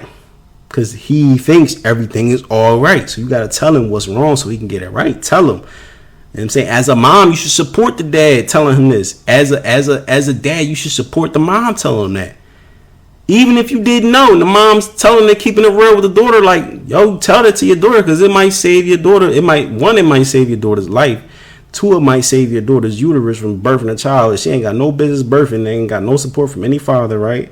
And 3, it might keep your daughter in the household because she knows for a fact. She be like, damn, that's what's going on out there. Because you think about it, right? When you got your girls and she's in the house reading all these books, a smart, studious girl, she wants to get out in the world and explore. And she knows her mom got out in the world and explored, and her mom ended up getting married. She has no deter to keep her from making the same mistakes that her mom made that seriously damaged her mother, because she sees her mother in a relationship and she thinks her mother is happy. Now, most of these relationships with these parents where they doing all this lying, they end up getting divorced. But at the time when the child, right, if the parents can hold it together to when the child is ready to go to college and they out the house, it's too late at that point. Your daughter is off to see the wizard. She's running around with a scarecrow, a tin man, and all that. And she is getting damaged. And she is going to die with that because she watched y'all die with that. And she says, think about it. She knows certain things, right? And she knows nobody told her the truth. And she says, you know what? I was sheltered. And it's whatever, this and third, But at that point, she's destroyed for life. And it's pretty much your fault as a parent because you couldn't keep it real and you was doing too much lying. You need to tell these kids the truth, man. And I can attest. I have told my children the truth. Good, the bad, the ugly. I told them what I did wrong. I tell them what their mother does wrong. Nobody supports me with it. Everybody thinks I'm crazy, but my kids are smart. I'm telling you, and they know. One thing they know for sure, even if somebody goes and says something crazy about me to them, the one thing they can't do is look back and say I lied to them. So they know when I'm talking, I'm telling them the truth. So they know when I'm talking, they need to listen. Even if they don't like what I'm saying, they know what I'm saying is real. Because they know I'm not going to be telling them nothing based on, I tell them things that are not appetizing about me all the time. So they know, look, based on past reference, I might not like what he's saying, but he keep it real at the end of the day. A lot of people says what he tells us is inappropriate, but I know most parents don't say this to the kid. And your kids will listen to you after that. Because logically they know what you're telling them is real, right? If you tell your son the real about being a player, right? Oh, this and third happened. Oh, I caught chlamydia once from these joints. They lie. Or marry a virgin because you can't trust a girl who went out and slept because you don't know how many people she slept with. Look, I was dating this girl. She told me she only slept with one guy. Turns out, I was talking to them, they was clowning me. She slept with like 15 dudes in our school. You know what I'm saying? But I ain't know. I was boo the fool. They was clowning me. Telling, look, I slept with a whole bunch of girls. Boom, I couldn't get with a good girl because girls saw me as this type of guy. I didn't know how to relate to them. So I ended up, marrying this, and me and your mom got together, and it hasn't been cool. I had to deal with this. I had to deal with this dude. Call on the phone. I had to deal with your mom wanting to go out with her friends and stuff like that. I had to fight all these things unnecessarily, causing me stress, putting stress on our family, almost getting divorced 1,000 times. And, really, I already know it's a mistake that I'm married to your mom, but I'm here, though. We together and this and third. I love your mom. I'm not saying I want to divorce her or nothing like that, but I know the inception of our relationship was wrong. But we're here now, and I'm just telling you that to keep it real. And your mom needs to, and the mom needs to keep it real. Tell the kids, bro. Just tell them everything. Just tell them. I don't care. I'm not gonna get mad at you. We here now. You know what I'm saying? Just tell them. Mom telling her, yeah, I stepped outside the house before I met your dad. Boom, I worked here. Yeah, I got raped. Yeah, I got, sexually harassed. Yeah, I was, people was touching me. I didn't want them to touch me. Yeah, this happened. Yeah, I slept with this dude. This dude played me. Yeah, even though I didn't get married, I did cheapen myself and things like that. I couldn't get married to the guy who I wanted to get married to. You know what I mean? And tell these people about sex. You know what I'm saying? Keep it real. Like, I gotta tell you, son, look, don't believe these girls, man.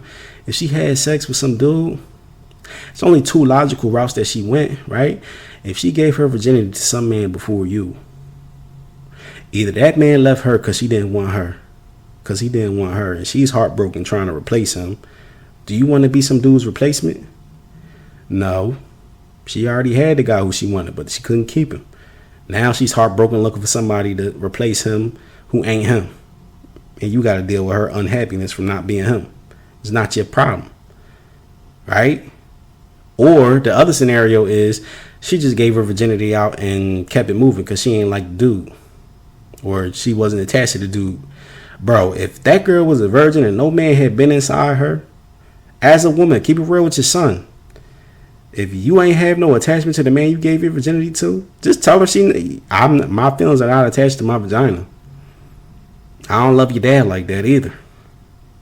I just wanted to get married. That's what it comes down to. If her as a child can have her chastity and she just decides to let a man inside her body and he breaks her hymen and he takes her virginity and she feels no physical connection to that man to where he can break her heart if that relationship ends, then that girl has no tie to any man who she had sex with, period. And she can do that many a time, period. She can, if that guy intrigued her and she gave her virginity, that's the big break, right? After that, it's just sex. It's not the first time. So think about it. She saw that guy, wanted to have sex with him. You think that's the most attracted she's ever been to a man? Nah, she's seen hundreds of guys who she was attracted to and wanted to sleep with. And better believe, if she was willing to do that with her virginity, she's willing to do that 100 times over with as many men as she wants. And she ain't going to tell you. It's not appetizing to talk about that. So she is not going to tell you about all those men who she thought was cute and who her body was attracted to and she gave herself to. So either way, you can't trust it, bro. It's not yours. Just tell them that. Even if you're the woman who made the mistake, don't tell your son, oh, you don't need to get a virgin because you wasn't a virgin and you feel bad for the girls who are getting judged because of that. Just tell them the real, like, yeah, this marriage has been very, very hard because your dad was not the first man I slept with. And to be honest, I'm not attached to him like that. We are together. We got a whole family. I love my kids, this, and the third, but like, it's something in the back of my mind. Like, yeah, I've slept with men. I'm attracted to other men. And if you're the case where you gave yourself to a man and you really genuinely thought you was going to get married and got tricked, tell your son how heartbreaking that was. And you know what I mean? Tell him, like, look, man, that was my first love for real. I still love him. That was the man who was my everything. I thought he was the knight in shining armor. I thought I was going to get married to that man. And, I was 15, 16, 17, 18, 19, 20 years old, and I gave him my virginity, and he played me. I was crushed. Tell him. And after that, I dated a bunch of dudes who mistreated me. I didn't really care after that because I was heartbroken. And then I met your dad. Your dad seemed like a nice guy and cool. But, I mean, tell him the real. Tell him, yeah, he ain't the guy I gave my virginity to. That was my everything. That nigga broke my heart. Tell him the truth. And when your son hears that story, he's going to know, the girl I meet outside that it got her heart crushed like that, do I want to be the replacement for the dude crushed? No, he doesn't. Because that's unhappiness he's bringing into his life, into his family for no reason. There's no reason for him to bring that type of unhappiness into his family. Just go get a fresh woman and start a fresh life. And I understand there's a bunch of stuff out there right now that does not fit this narrative, and we are kind of wiping ourselves out. But remember, we've already made our choices. That does not mean the children afterwards have to make the same choices. If we all teach our children this way of life, which is the right way because it's in law, right? then all of these stories about, oh man, I got played by this chick. All these stories about, man, I stepped outside the house, I got raped by this dude, or some dude broke my heart. Right? All of those stories will not exist if we all teach our children the right things. These things exist based on our miseducation as a child. So make sure you educate your child properly to stop it. And it will be eradicated. It won't exist anymore. Don't let your pain keep you so caught up that you pass it on to your children because you don't want to keep it real with them. Keep it real and it will be eradicated. Period. You know what I'm saying? Even if you don't get yourself right, you know what I'm saying? You should at least have some empathy for the children so they can get it right. And that's what it comes down to in modern day dating. And in modern day dating, you know, we have to go to the topic of same-sex marriage. Because a lot of us are teaching this art to our children, especially in America, where they, you know, I think it was back in like 2010, they legalized, you know, same-sex marriage. And marriage, to my understanding, I think marriage was incepted from God, the Bible, right? And it's between a man and a woman. I don't know why we let our government take it and turn it into something else, but maybe they could have called it something else. But people, I mean, you don't have to take my word for it. I'm gonna find the law for you, just so y'all don't think I'm making this up.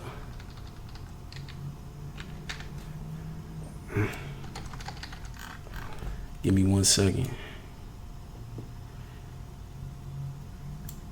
All right, so right now, I mean, this may change the number, but it's law 276. It's Leviticus 20, 13 through 13. It says, if any man has sex with another man, they should be put to death.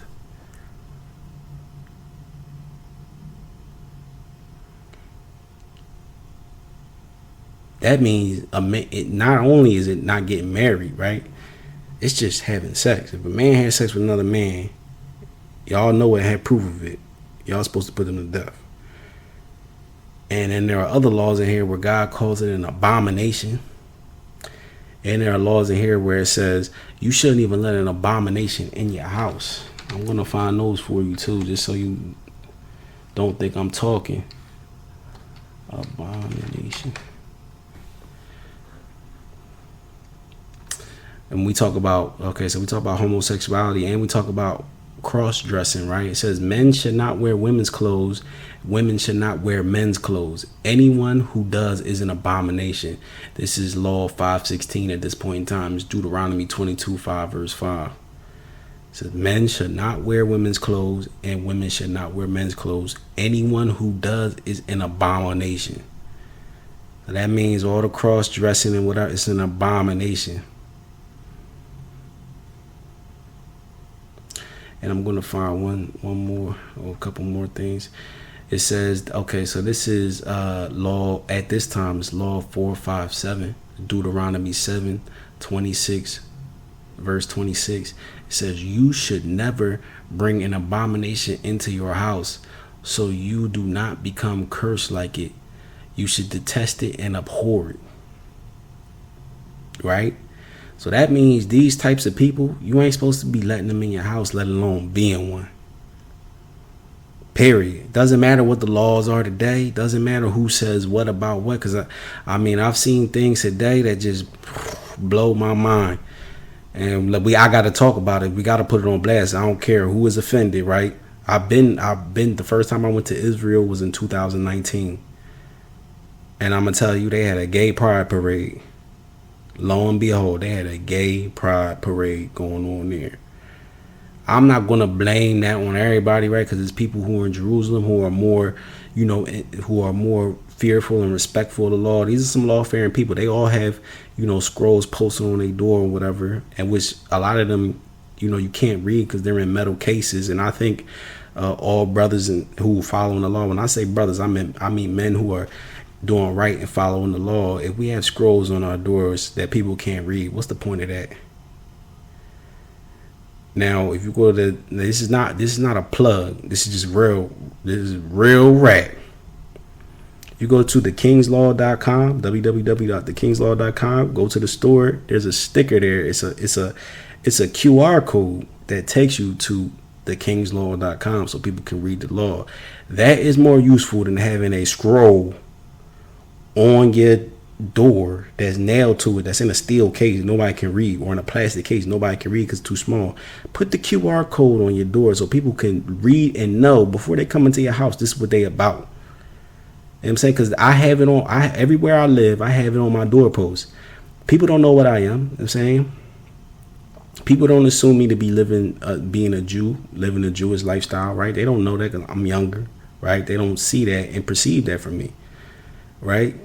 But when they walk by my house, they see the QR code. They say, "What's that on your doorpost?" I say, "It's a law. I'm Jewish."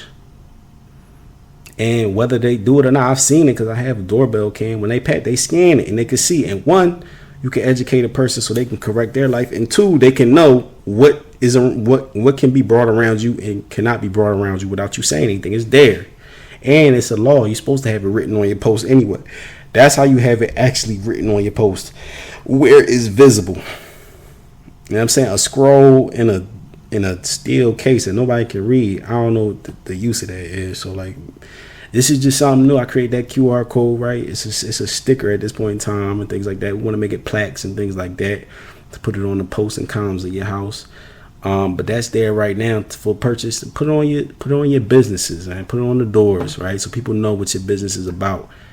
People know what you follow, right? Put it on your home doorpost so people know what you are about, period. But back to modern day dating. Yes, as a man, if a man lies with another man, has sex with another man, those two men, if found out, are supposed to be put to death. Yes, being homosexual or a cross-dresser is an abomination, not in my eyes, because it's God's eyes.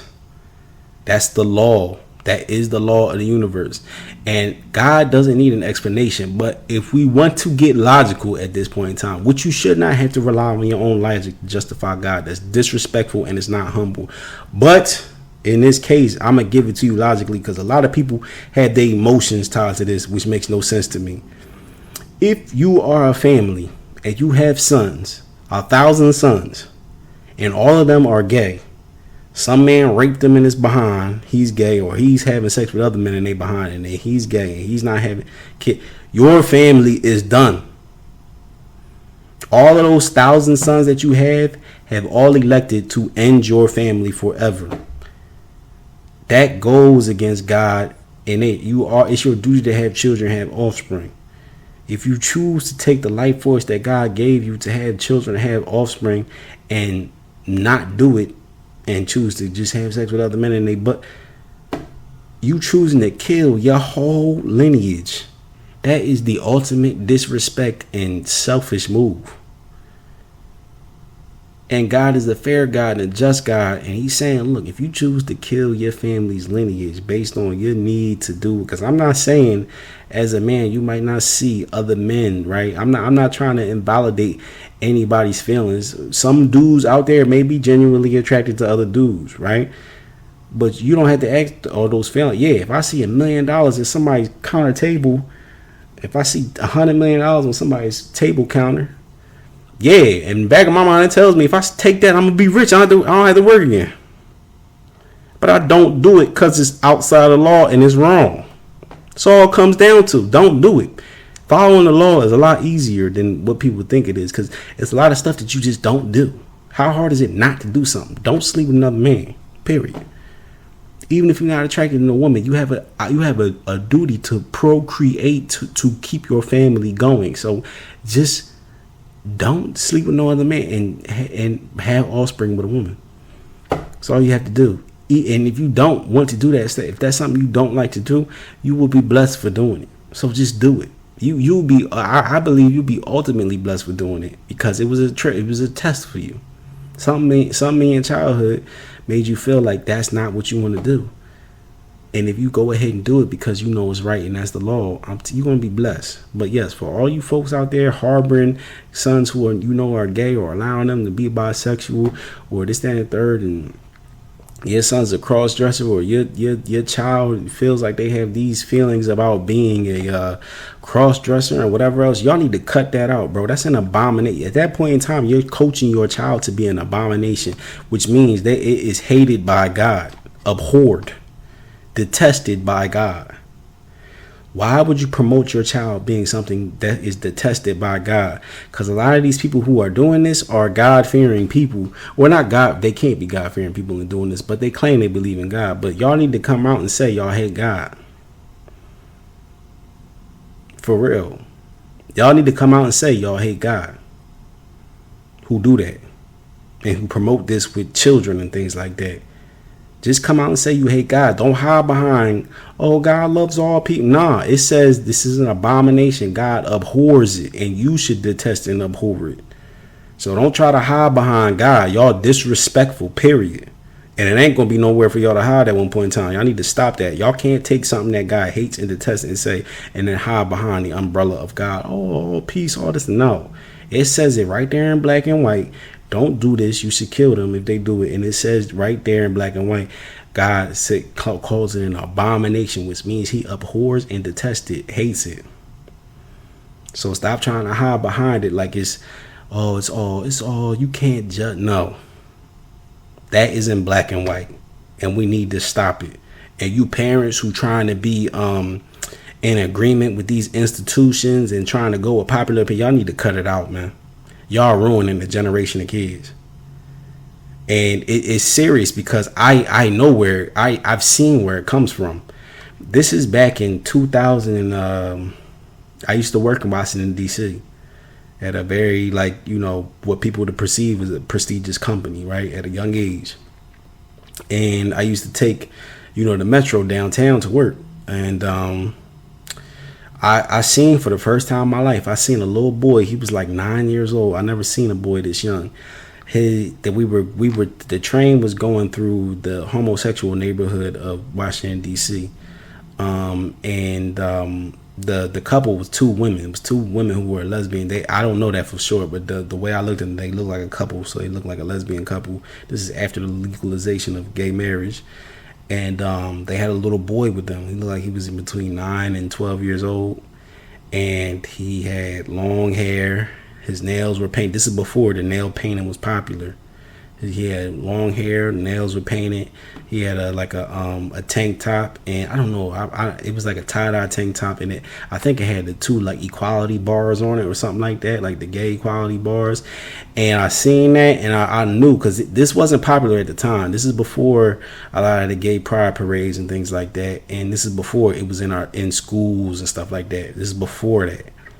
And I seen that, and this is in Washington, D.C. And Washington, D.C. is ahead of the United States in a lot of ways. Like, you can see what's going to come in the next decade if you go to Washington, D.C. You can see what's going to be pushed out to the masses, right? And I seen that child, and I was like, first off, that's the devil. Like, it made me upset just seeing it. Like, I looked at the women, I was just like, what the hell is going on? What are they doing to this little boy? But when I seen it, I knew. I said, that's the future right there. These people taking these children and perverting them at this age, because I had never seen that before in my life. Everybody on the train was looking at this boy like they knew that okay, that's not my child. They probably legally are the guardians of this child, or maybe that's one of their child. But everybody on the train was like, what the hell? And I feel because they test a lot of things out in DC. Nobody said anything, not including me. You know what I mean? About them corrupting this boy. So they knew. At that point in time, I knew, I'm like, yo, they can corrupt kids these days and nobody's going to say nothing. And literally, from seeing it at ground zero, I seen it every step from there. First, I seen the gay pride parades, and then I seen, I'm going to just call it out because we all seen it on TV. It happened, right? I seen Dwayne Wade and his wife take that boy down there to the gay pride parade where men is walking around with their ass cheeks out and whatever and talking about being liberated and having sex with others. Like, first off, why would a child I think the boy was 9 years old at the time, why would a 9-year-old need to be around that, whether he's gay or not? And how is a 9-year-old boy gay? Is he having sex with other little boys? How is he gay? He shouldn't be having sex with nobody. So how does he have a sexual preference at that age? That don't even make no sense. And how can you cultivate that at that age where you say, oh, it's okay, he's just being himself? That don't make any sense. That boy shouldn't be having sex with nobody at 9 years old. So what are you promoting that for? Even if he was like, I'm attracted to girls and I want to have sex with them. At 9 years old, you go to school, cuz. What are you talking about? You shouldn't be having sex with nobody. Period. Let alone. So in modern, we gotta cut, as a people, as a planet, we gotta cut that out, because that don't make no sense. If every man on this planet was gay today, it wouldn't be no children. That would be the end of the human race. Period. So y'all need to stop playing with that fire, because you're going to get burned. Period. All you parents trying to play the line. Oh no, it's okay. Jeff is a stop. Boy, stop. And I have a son. I asked that nigga. I asked nigga. I said, nigga, are you gay? No. All right, cool. This ain't Thursday. I gotta know. Why? Don't ask me no questions like that. Let them know. No, I'm not accepting that. Hell no. Period. Y'all need to stop playing with that fire, because that fire is growing, and now that fire is in your child's elementary school, teaching all types of feelings and letters that don't even make sense to be teaching a child, period. Like, what are you teaching a child? First of all, that's wrong. Second of all, what you teaching a child for? But because we did not stop it in the beginning, it has grown that far. And I truly believe, and I know, like, I felt this in my heart. I knew that was the end of America. When America legalized gay marriage, I knew that I said, bro, I've never seen a law like that. Cause I didn't know the law at that point in time. This was like back in like 2009 or 10 or something like that. I didn't know like God's law at that time. But I did know that that was wrong. I did know, and I did know there was somewhere in the Bible where it says, like, if a man is gay, like, you supposed to be put to death. I did know that. So I did know. I was like, yo, America. I knew at that point. I was like, America is tripping. Period. And I remember I asked my mother. I was like, yo, do you agree with that? She was like, well, you just let people do what they do. I was like, it says in the Bible this, that, and the third. I was like, don't you believe that? Don't you believe in God? And she's like, oh, well, we just gotta mind our business. My mom is, she works in the government, you know what I mean? So she's giving that, you know what I mean, that type of talk. And I just knew at that point in time, I was like, yo, if my mom is talking like this, I was like, this country is lost, cause that is, first of all, I knew at that age, I think I was like 20 at the time or 21. I knew at that age, I was like, marriage comes, I was trying to think where marriage was incepted. I was like, marriage comes from the Bible, and the Bible don't even, like, that's encroaching on people's beliefs. And then you telling them, and then so they did that. No, that didn't cause backfire, right? So they got away with that. Then they started, right, going to people's businesses and saying, yeah, you as a God-fearing person, you got to bake a cake for my gay wedding, or else we're gonna sue you. And they was giving them the judgments. And look, it's not the judge's fault. It's our fault. We have to correct it, because we let it slide in the beginning, and we have not corrected it as Americans. Okay, so then they took it that far, and then they took it to, you know what? It's not only lesbian, gay, transgender, and all these are protected classes. And even if you think about this, it's a class action lawsuit, whatever. Boom. Then they say, you know what? We got to teach this in schools to your children, because your children have to be accustomed on how they have to deal with these special classes of people. Boom. And that is it right there. It is law that says if your neighbor offends you, breaks a law against you, it is your duty to rebuke them,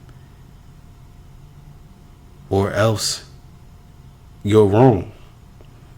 You're supposed to rebuke them to stop your suffering, or else you're wrong. And we haven't done it yet. And you're not supposed to inhabit a bad nation. So, people of America, I mean, with that being said, You're not supposed to do what non-God-fearing nations do, and you're not supposed to live amongst them. So, I mean, maybe you could take that as, hey, maybe as good people, we're supposed to be exiting America at this point in time, right? Or you could say you're supposed to be fighting against that and making sure that that is not in your neighborhood, right? But we got to chill and realize, hey, this ain't good. We need to get away from that, man. And get away from that, period. Because I've done heard way too many people, especially people in my family, and they talk about, and let me make it clear, it says if a man sleeps with another man, if we talking about two women, you should not be able to get married. Marriage is between a man and a woman, but the Bible and the law does not talk about any woman having sexual relationships with another woman, period. So if you're a lesbian out there and you offended, this don't even pertain to you. So stop getting offended and talking about a man sticking a penis in another man's behind, and you know, having a relationship with a woman is not the same thing, and that is not mentioned in the Bible at all. So you ain't doing nothing wrong. We not talking about you, so don't get offended for somebody else's plight and turn on God for somebody else's plight. You shouldn't be turning on God, period. And the fact that you could be turning against God, you know what I'm saying, you'll probably turn for another reason anyway.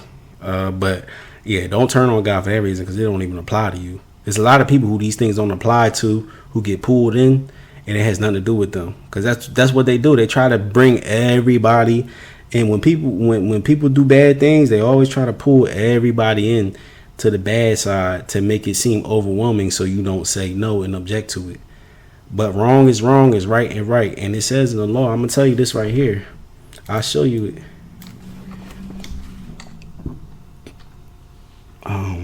There's a law that says, do not. Let me see. I gotta find it. If not, I'm gonna paraphrase. But I don't like paraphrasing. I like saying where it is so people can go and read it, so they know I'm not just making it up.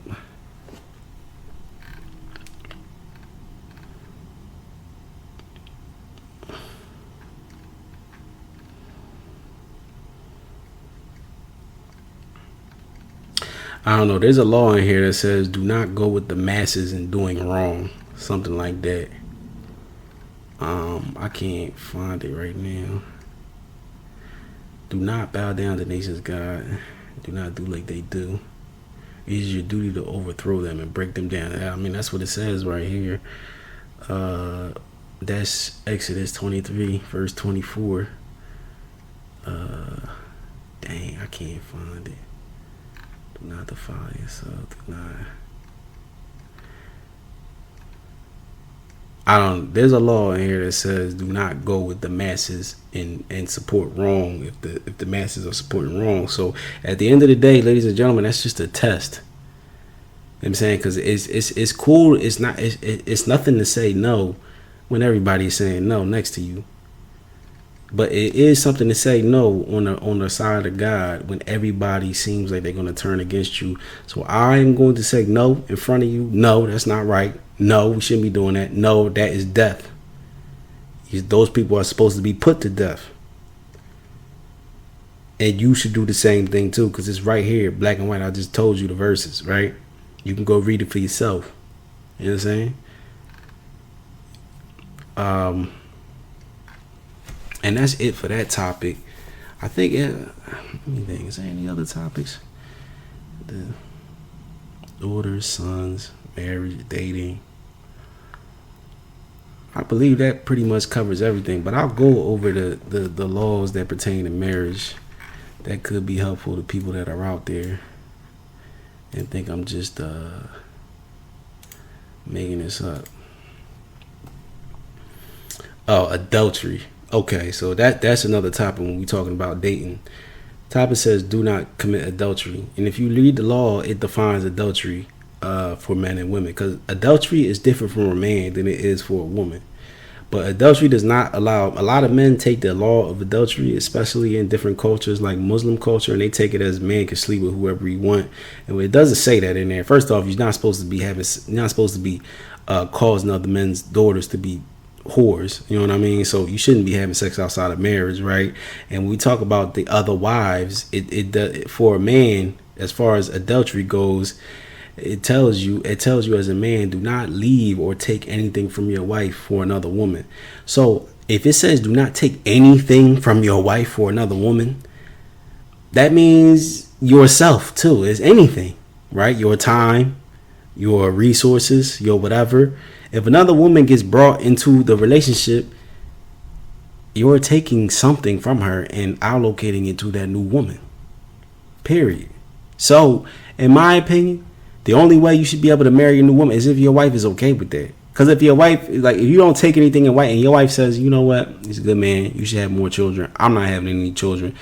You need to get married to another younger girl so we can have more children and things like that, so we can further our family. Then you're not taking anything from your woman at that point in time, right? Because she sees you to be a good man. She knows you're not out here lusting, being a whore, whatever, and she can go get another woman. As far as the way it reads logically, that's the logical conclusion that I came to, right? You all can argue with me on that, but that logically makes sense. If it says don't take anything from if your wife has your time, that's your wife. And that's your agreement that you was married to her and she was going to have and hold you until death do y'all apart. And that's her understanding. She don't want you to have another wife. You have to take that solidarity of y'all bond away from her and split it between you and the new woman. Period. So you cannot leave or take anything for your wife for another woman. That's adultery for a man. And adultery for a woman is adultery for a man also is to have sex with a man's wife. And mind you, the punishment for adultery is death. You and the woman who are committing adultery, y'all supposed to be put to death. So it says have sex with any man's wife. You're not supposed to be having sex with any man's wife. So a lot of you out here who be like, oh yeah, I met a girl at the club. Oh yeah, she was on a business trip. Oh yeah, she was married, but I went ahead, bro. You literally killed yourself over some vagina you probably can't even keep. Woman probably don't even like you. She just wanted some attention, and you went ahead and died for it. That is retarded. Y'all need to start checking to see if these women is married. And if these women is married, bro, don't even look at them. You're marking yourself for death, and you gotta think, because in a lot of these cultures.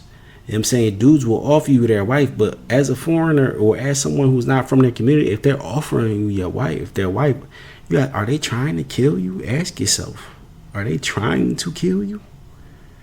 They might be trying to kill you and mark you as an adulterer just so they don't have to worry about you. You know what I'm saying? So, bro, if somebody is married, don't look at that. There is so many single women and new women being born and becoming adults every day. Why would you ever have to look at somebody's wife? It's retarded. Like, that's somebody's family you're destroying. Y'all need to be more responsible. You know what I mean? I can't imagine, like, especially, I don't know, maybe some dudes, that's the only option you got. But if you're an attractive person and you can get anyone, like, why would you?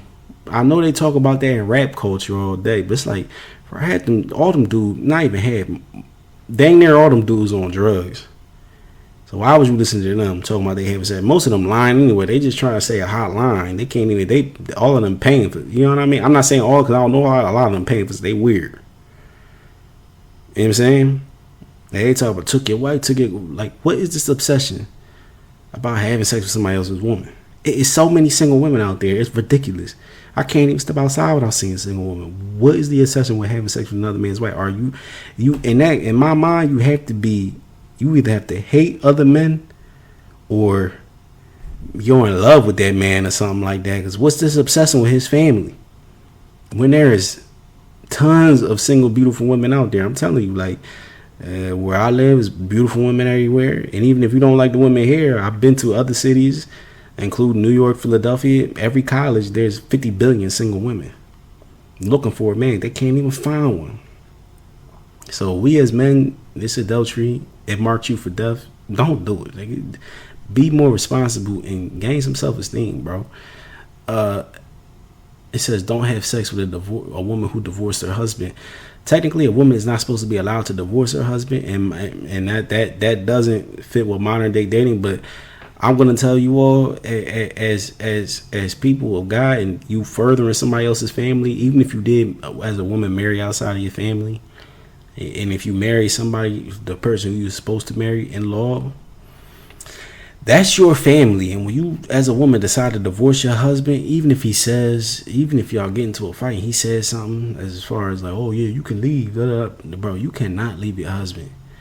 That marriage is greater than you all. That is the next generation of somebody's family who y'all are supposed to be birthing and cultivating together. Especially if there's a child involved.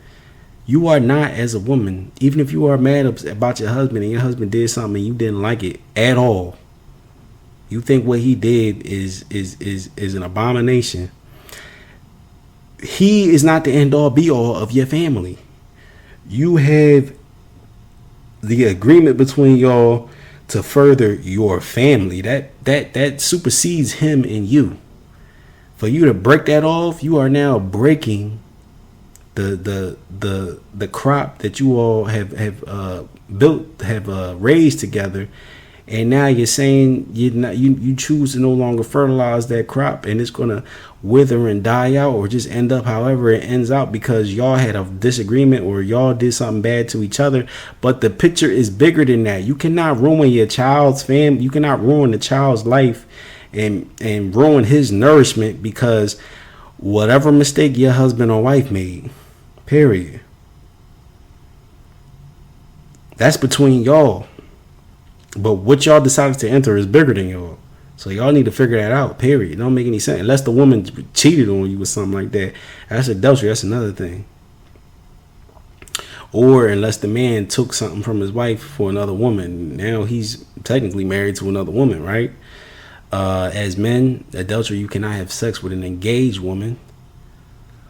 And a woman must not sleep with any other man besides their husband. That is adultery, and the punishment for adultery is death. And that is adultery defined in the Bible, not defined by your local, religious institution.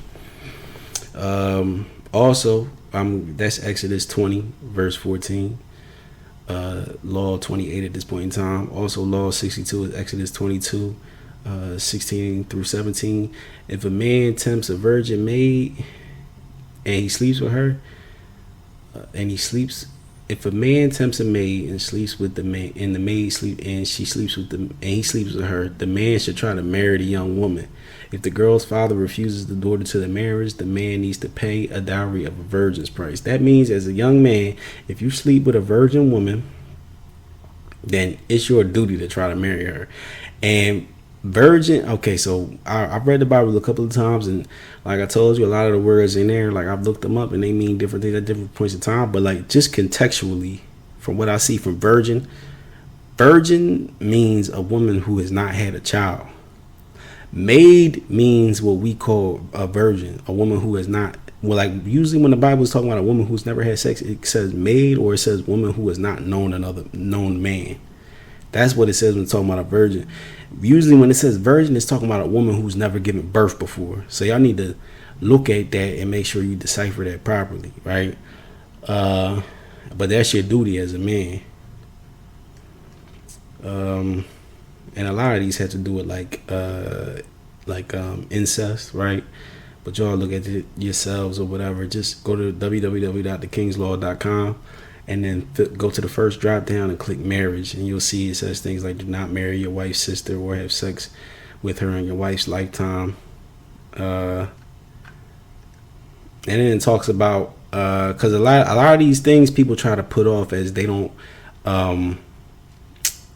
match up in modern day history. Like I'll read you this. This is Law 250. At this point in time, it's Leviticus 19, 20 through 22. It says, whoever has sex with a woman that is a bondmaid engaged and has not paid for her freedom should be beat but not put to death.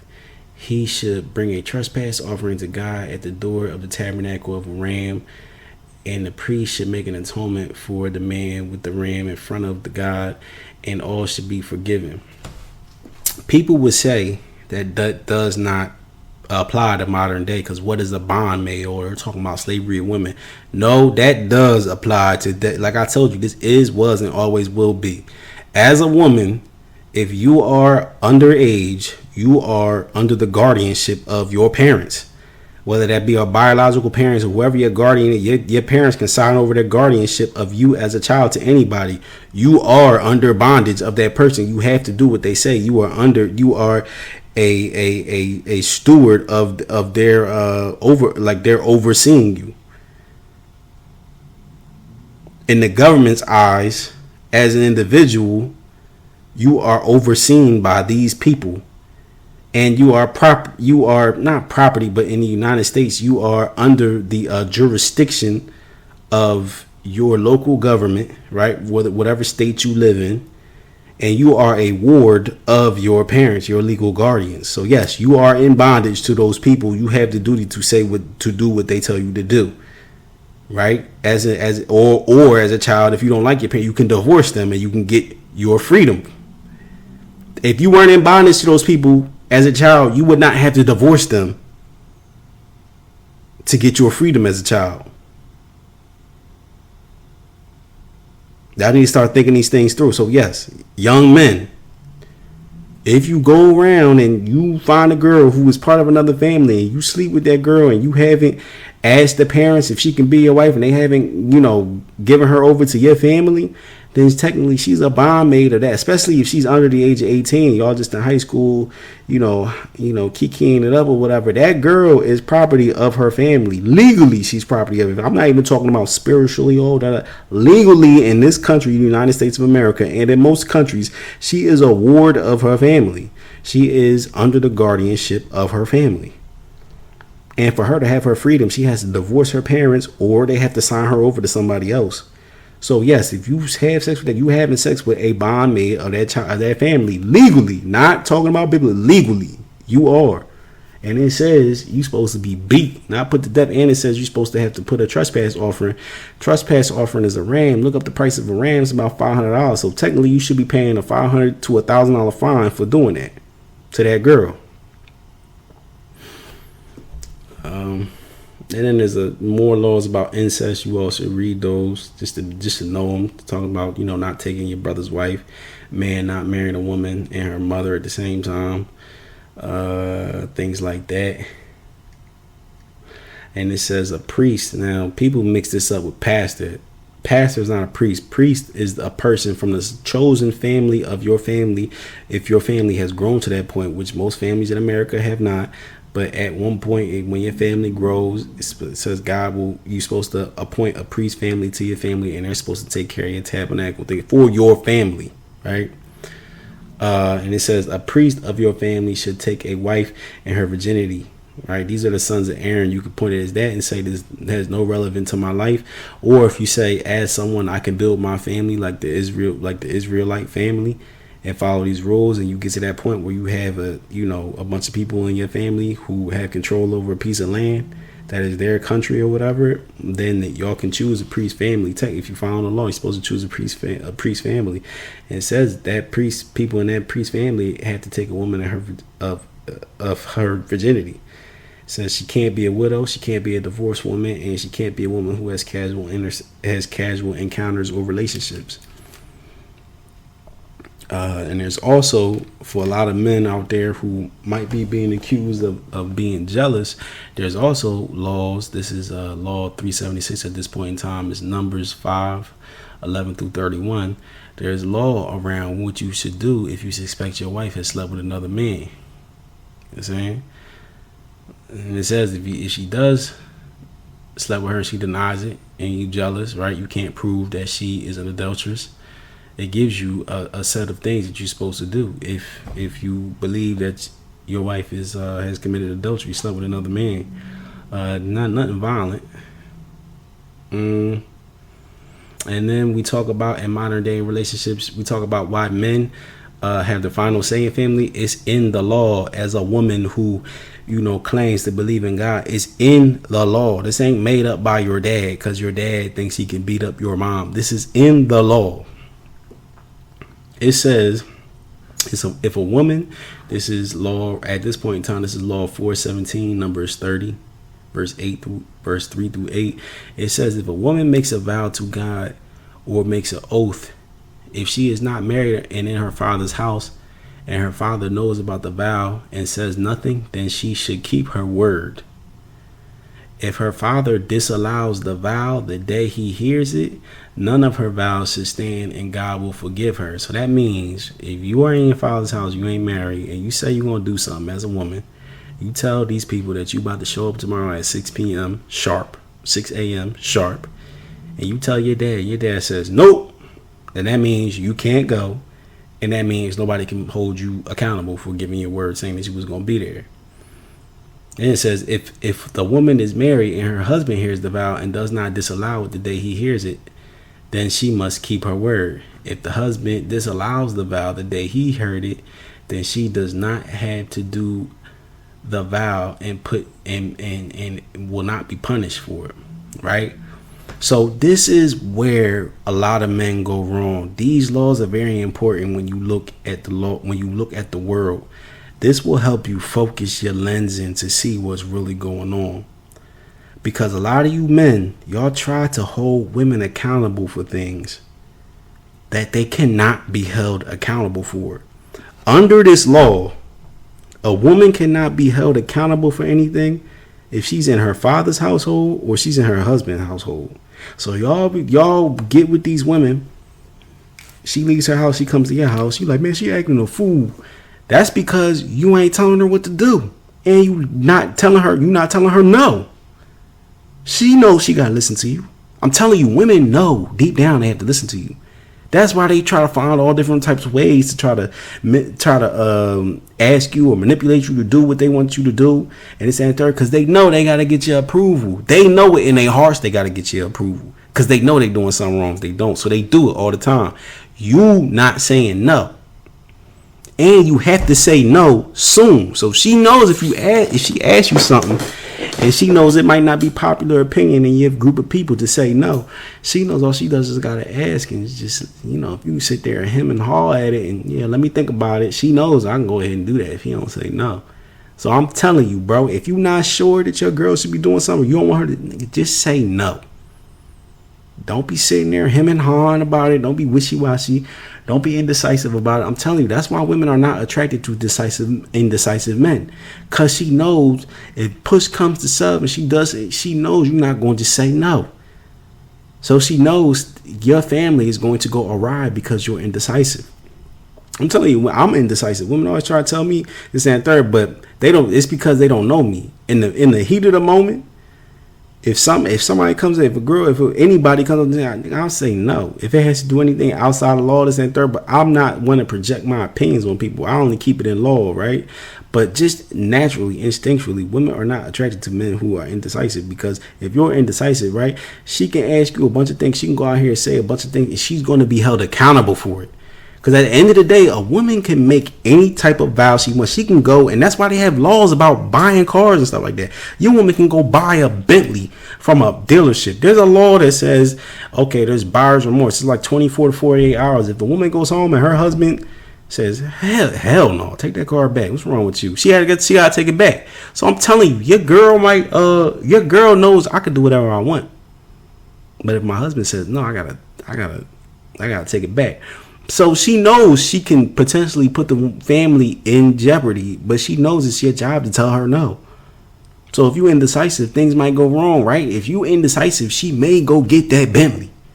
She knows as soon as she get home, you're going to say no, and she got to go take it back. But she knows, shoot, I got to drive this around. Me and my girls got to go to the, we got to go get our nails done in this. We got to go, go get something to eat in this. All I wanted to drive was for the day. I know when I get home, my husband gonna get mad. I'll just take it back. Shoot, I know. You know what I'm saying? But then you take it, then you get there and you like, what did you do? And she knows in the back of her mind, she like, damn, I want to keep the car. If he want to mess up our finances because he don't want to say no, I'm gonna let him mess it up. That's his fault at the end of the day. Because when he sold his car, he was supposed to tell me to take this back. I know he's supposed to tell me to take this back, but let me see what this idiot says. And if you don't say no, it's your fault. Period.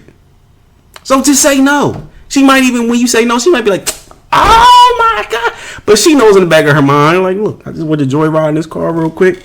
I knew he was going to tell me to take it back, and I don't care. She's just going to tell her girlfriend, like, hey, that was funny, right? Like, the same time I got home, he was terrific. I took it back. And they gonna be like, oh, all right, yeah, you should take it back anyway. Yeah, it's a $500,000 car. You should definitely take that back. She be like, yeah, I know. I was tripping. She be like, we had fun though, didn't we? And they had fun. You know what I'm saying? Don't trip up on what your girl does wrong. But just correct her. She gonna respect you for correcting her. She knows how much money is in the bank. You know what I'm saying? If y'all only got, I don't want to put numbers out there because I don't know it's relative to people's lives. You know what I mean? If y'all only got $20,000 in the bank, and she gonna get a $250,000 car, right, and bring it home, and this and third, and y'all got an added $5,000 bill to y'all monthly expenses. She knows she should take that back, and she knows as soon as she get home, she take it back. But she knows she could joyride that for the rest of the day. She's depending on you to tell her no when you get home. Just say no. Okay? Don't be thinking about what's gonna make her happy. Just say no. It's your duty to say no. She can go out here. I'm telling you, women are not held. If she married to you, if she's your daughter, she's not held accountable for everything. That's why y'all be like, oh, girls don't have any response. Y'all be complaining about everything. Girls don't have any responsibility. Yeah. Everybody knows. It's in the Bible. She don't got no responsibility. It's in the Torah. She don't got no responsibility. That's why she happy. When she go out and she do something, she say, yeah, we'll show up tomorrow at she being cool with her girlfriend. And she like, yeah. We'll show up tomorrow. I'm gonna bring all 3 of my kids there. That she's telling her girlfriend that just to keep her girlfriend happy. She's depending on you to say no when you get home. And you be like, man, you shouldn't have said that. But she like, I don't care. I'll put it all on you because you're the leader. You say no. That's what she wants. She wants you to say no. She don't want to get up, take her kids to go make her girlfriend happy. She wants you to say no. And she gonna call up like, man, I went home. This and third. I told so-and-so that I was gonna come here tomorrow, and he said no. So I don't get emotional about that and be like, man, she trying to make me look like the bad guy. You supposed to be the bad guy. It's your responsibility to be the bad guy. Say no. She gonna respect you for it because she gonna be like, look, if I had to stand up in front of the fire, I wouldn't do it. She like, I would have folded. She be like, she gonna respect you. She be like, he stand up every time I do something, every time I say something, and I make a promise, and I know that it was some BS. She be like, I could depend on him to smack that thing down, boy. I don't have to do nothing. He tell everybody know he mean. You know what I'm saying? And it's your responsibility. So, gentlemen, you need to start doing it. You need to start, if you courting a woman to get married, you need to start showing her the ability to say no early and often to her and to everybody else who is in her life trying to take up her time. We need to start saying no, because that way she knows he ain't gonna allow nobody to waste our time. So just do it, and it's what you're supposed to do, period. And as far as a widow goes, if a woman is a widow, she don't have the duty to check anything by anybody. Everything she says, she gotta hold up, unless it was made in her husband's house and he disallowed it while he was alive. And it says, if a husband makes a vow, husbands may make oaths on behalf of their wives and also veto the oaths of their wives. That's law 419 at this point. It's Numbers 13 through 15. So as a husband, yes, you are allowed to encourage your wife to do something. Even if she don't want to do it, she got to do it.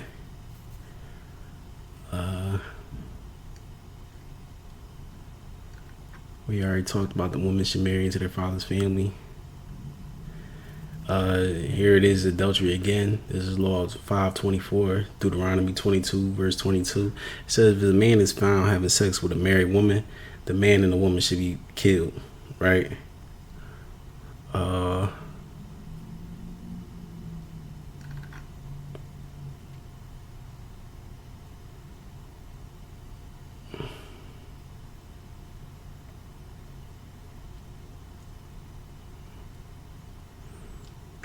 And here goes, here is something that I think is very important for a lot of you young men out there, and you need to take into account, right?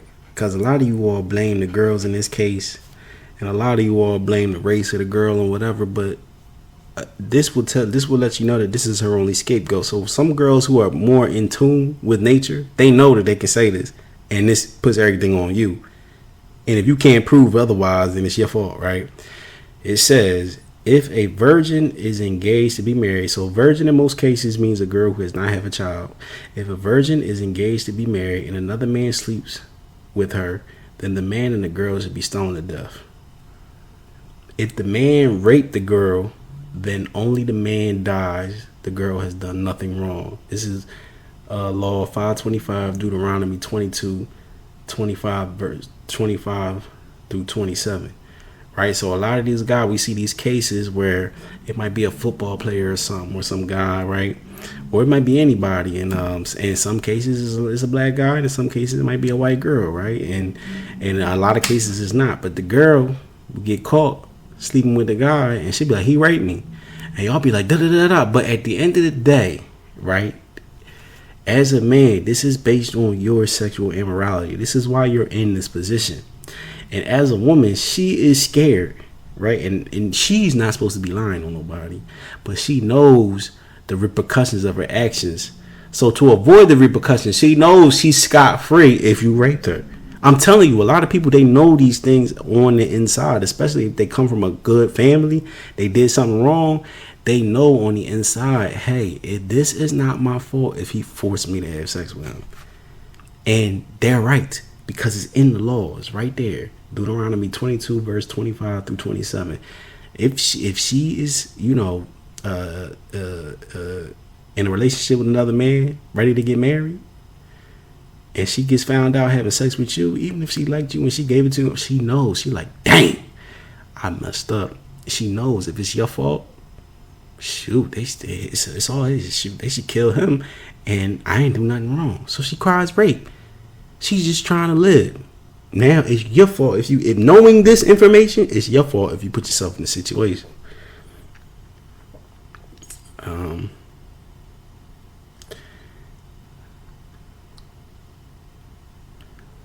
Man can't sleep with his father's wife. Very it's adultery, so obviously.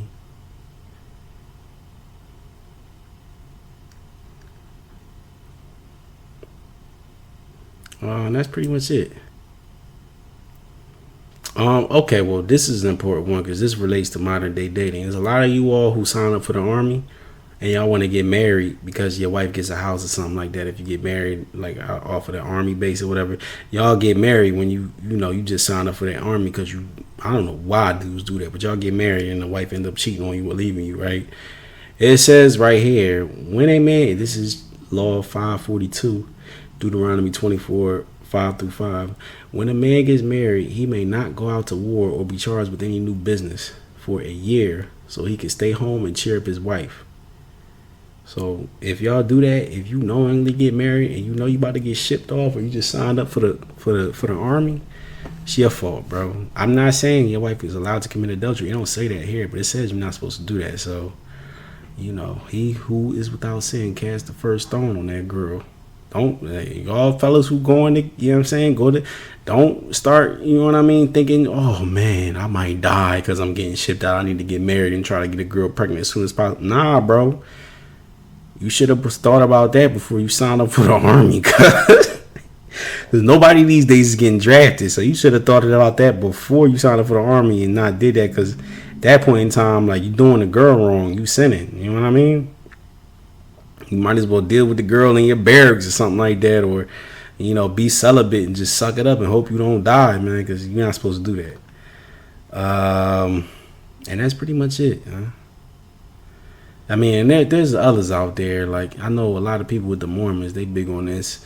This is the last one though. This is 525 on the kingslaw.com. It's Deuteronomy 25 verse 5 through 11. It says, if a brother lives close by, and I want to earmark that. I want to note that if a brother lives close by and dies and does not have any children, the wife of the man that died should not marry a stranger. Her husband's brother should get her pregnant and marry her. The firstborn should be in the name of the brother. If the man will not take the woman to wife, then she should go to the elders and tell them what happened, and the elder should speak to him. If the man still won't do it, then the woman should go, and the man the woman should go to the man in front of the elders and loose his shoe and spit in his face. I'm sorry, I'm getting a little tired. And that's for all y'all out there who think, because there's a lot of, like, the Mormons think the woman gotta marry the brother or whatever. You know, it's only if the brother lives close by. You know what I'm saying? So if you don't want your wife marrying your brother if you die untimely, you know what I'm saying, make sure you move to another country or something like that. And that's the last one. And that's all I have. Everything else is people's opinions. So, when you listen to these dating shows, this is the actual bar you should be judging it by, right? What they're saying is a bunch of hogwash. I mean, I've heard crazy things. I've heard go out there and sleep with 50 women and don't get married till you sleep with 50 women. Where say that in the Bible? You know what I mean? Where does God say that? It says don't cause women to be a whore. You gonna cause 50 women to be a whore so you can get married. Do you see what I'm saying? Some of this stuff may ring true, but then other stuff, they leading you straight to the pit. You know what I'm saying? They gonna mess you up mentally. You know what I'm saying? And they tell women all these things. Oh, it's your fault that you're this and third. But they not telling these men who are raising these women, bro, you need to make sure your daughter not having sex with anybody, and make sure you get her a husband so she don't have to go out in the street and look for a husband by herself. They don't tell the husband, they don't tell the father's dad. You know what I mean? Because the same dudes they tell them, don't get a whore, they the same dudes raising these girls. And so you need to get both sides and make sure you're keeping the law. And that is the problem with these religions and a lot of people just talking. That is the problem when you're living outside of law. If you have the law, all these basic things to facilitate your family life and your life in general are taken care of. You don't even have to think about them. All you have to think about is, where am I going in life and how big do I want to be? Because I could do whatever I want. That's all you have to think about. As long as you facilitate, your family is taken care of. The basics is taken care of. Every man has a wife and every woman has a husband. Everybody has a family unit that they can go home to and procreate with, which is the root of most people's unhappiness, right? Most people are unhappy when they don't have a family, whether they know it or not. They try to supplement having a child with a dog. They try to do all these things, and a lot of their unhappiness comes from not having a family. And a lot of them, they don't have a family because they don't see a logical way to safely do it in the country that they live in.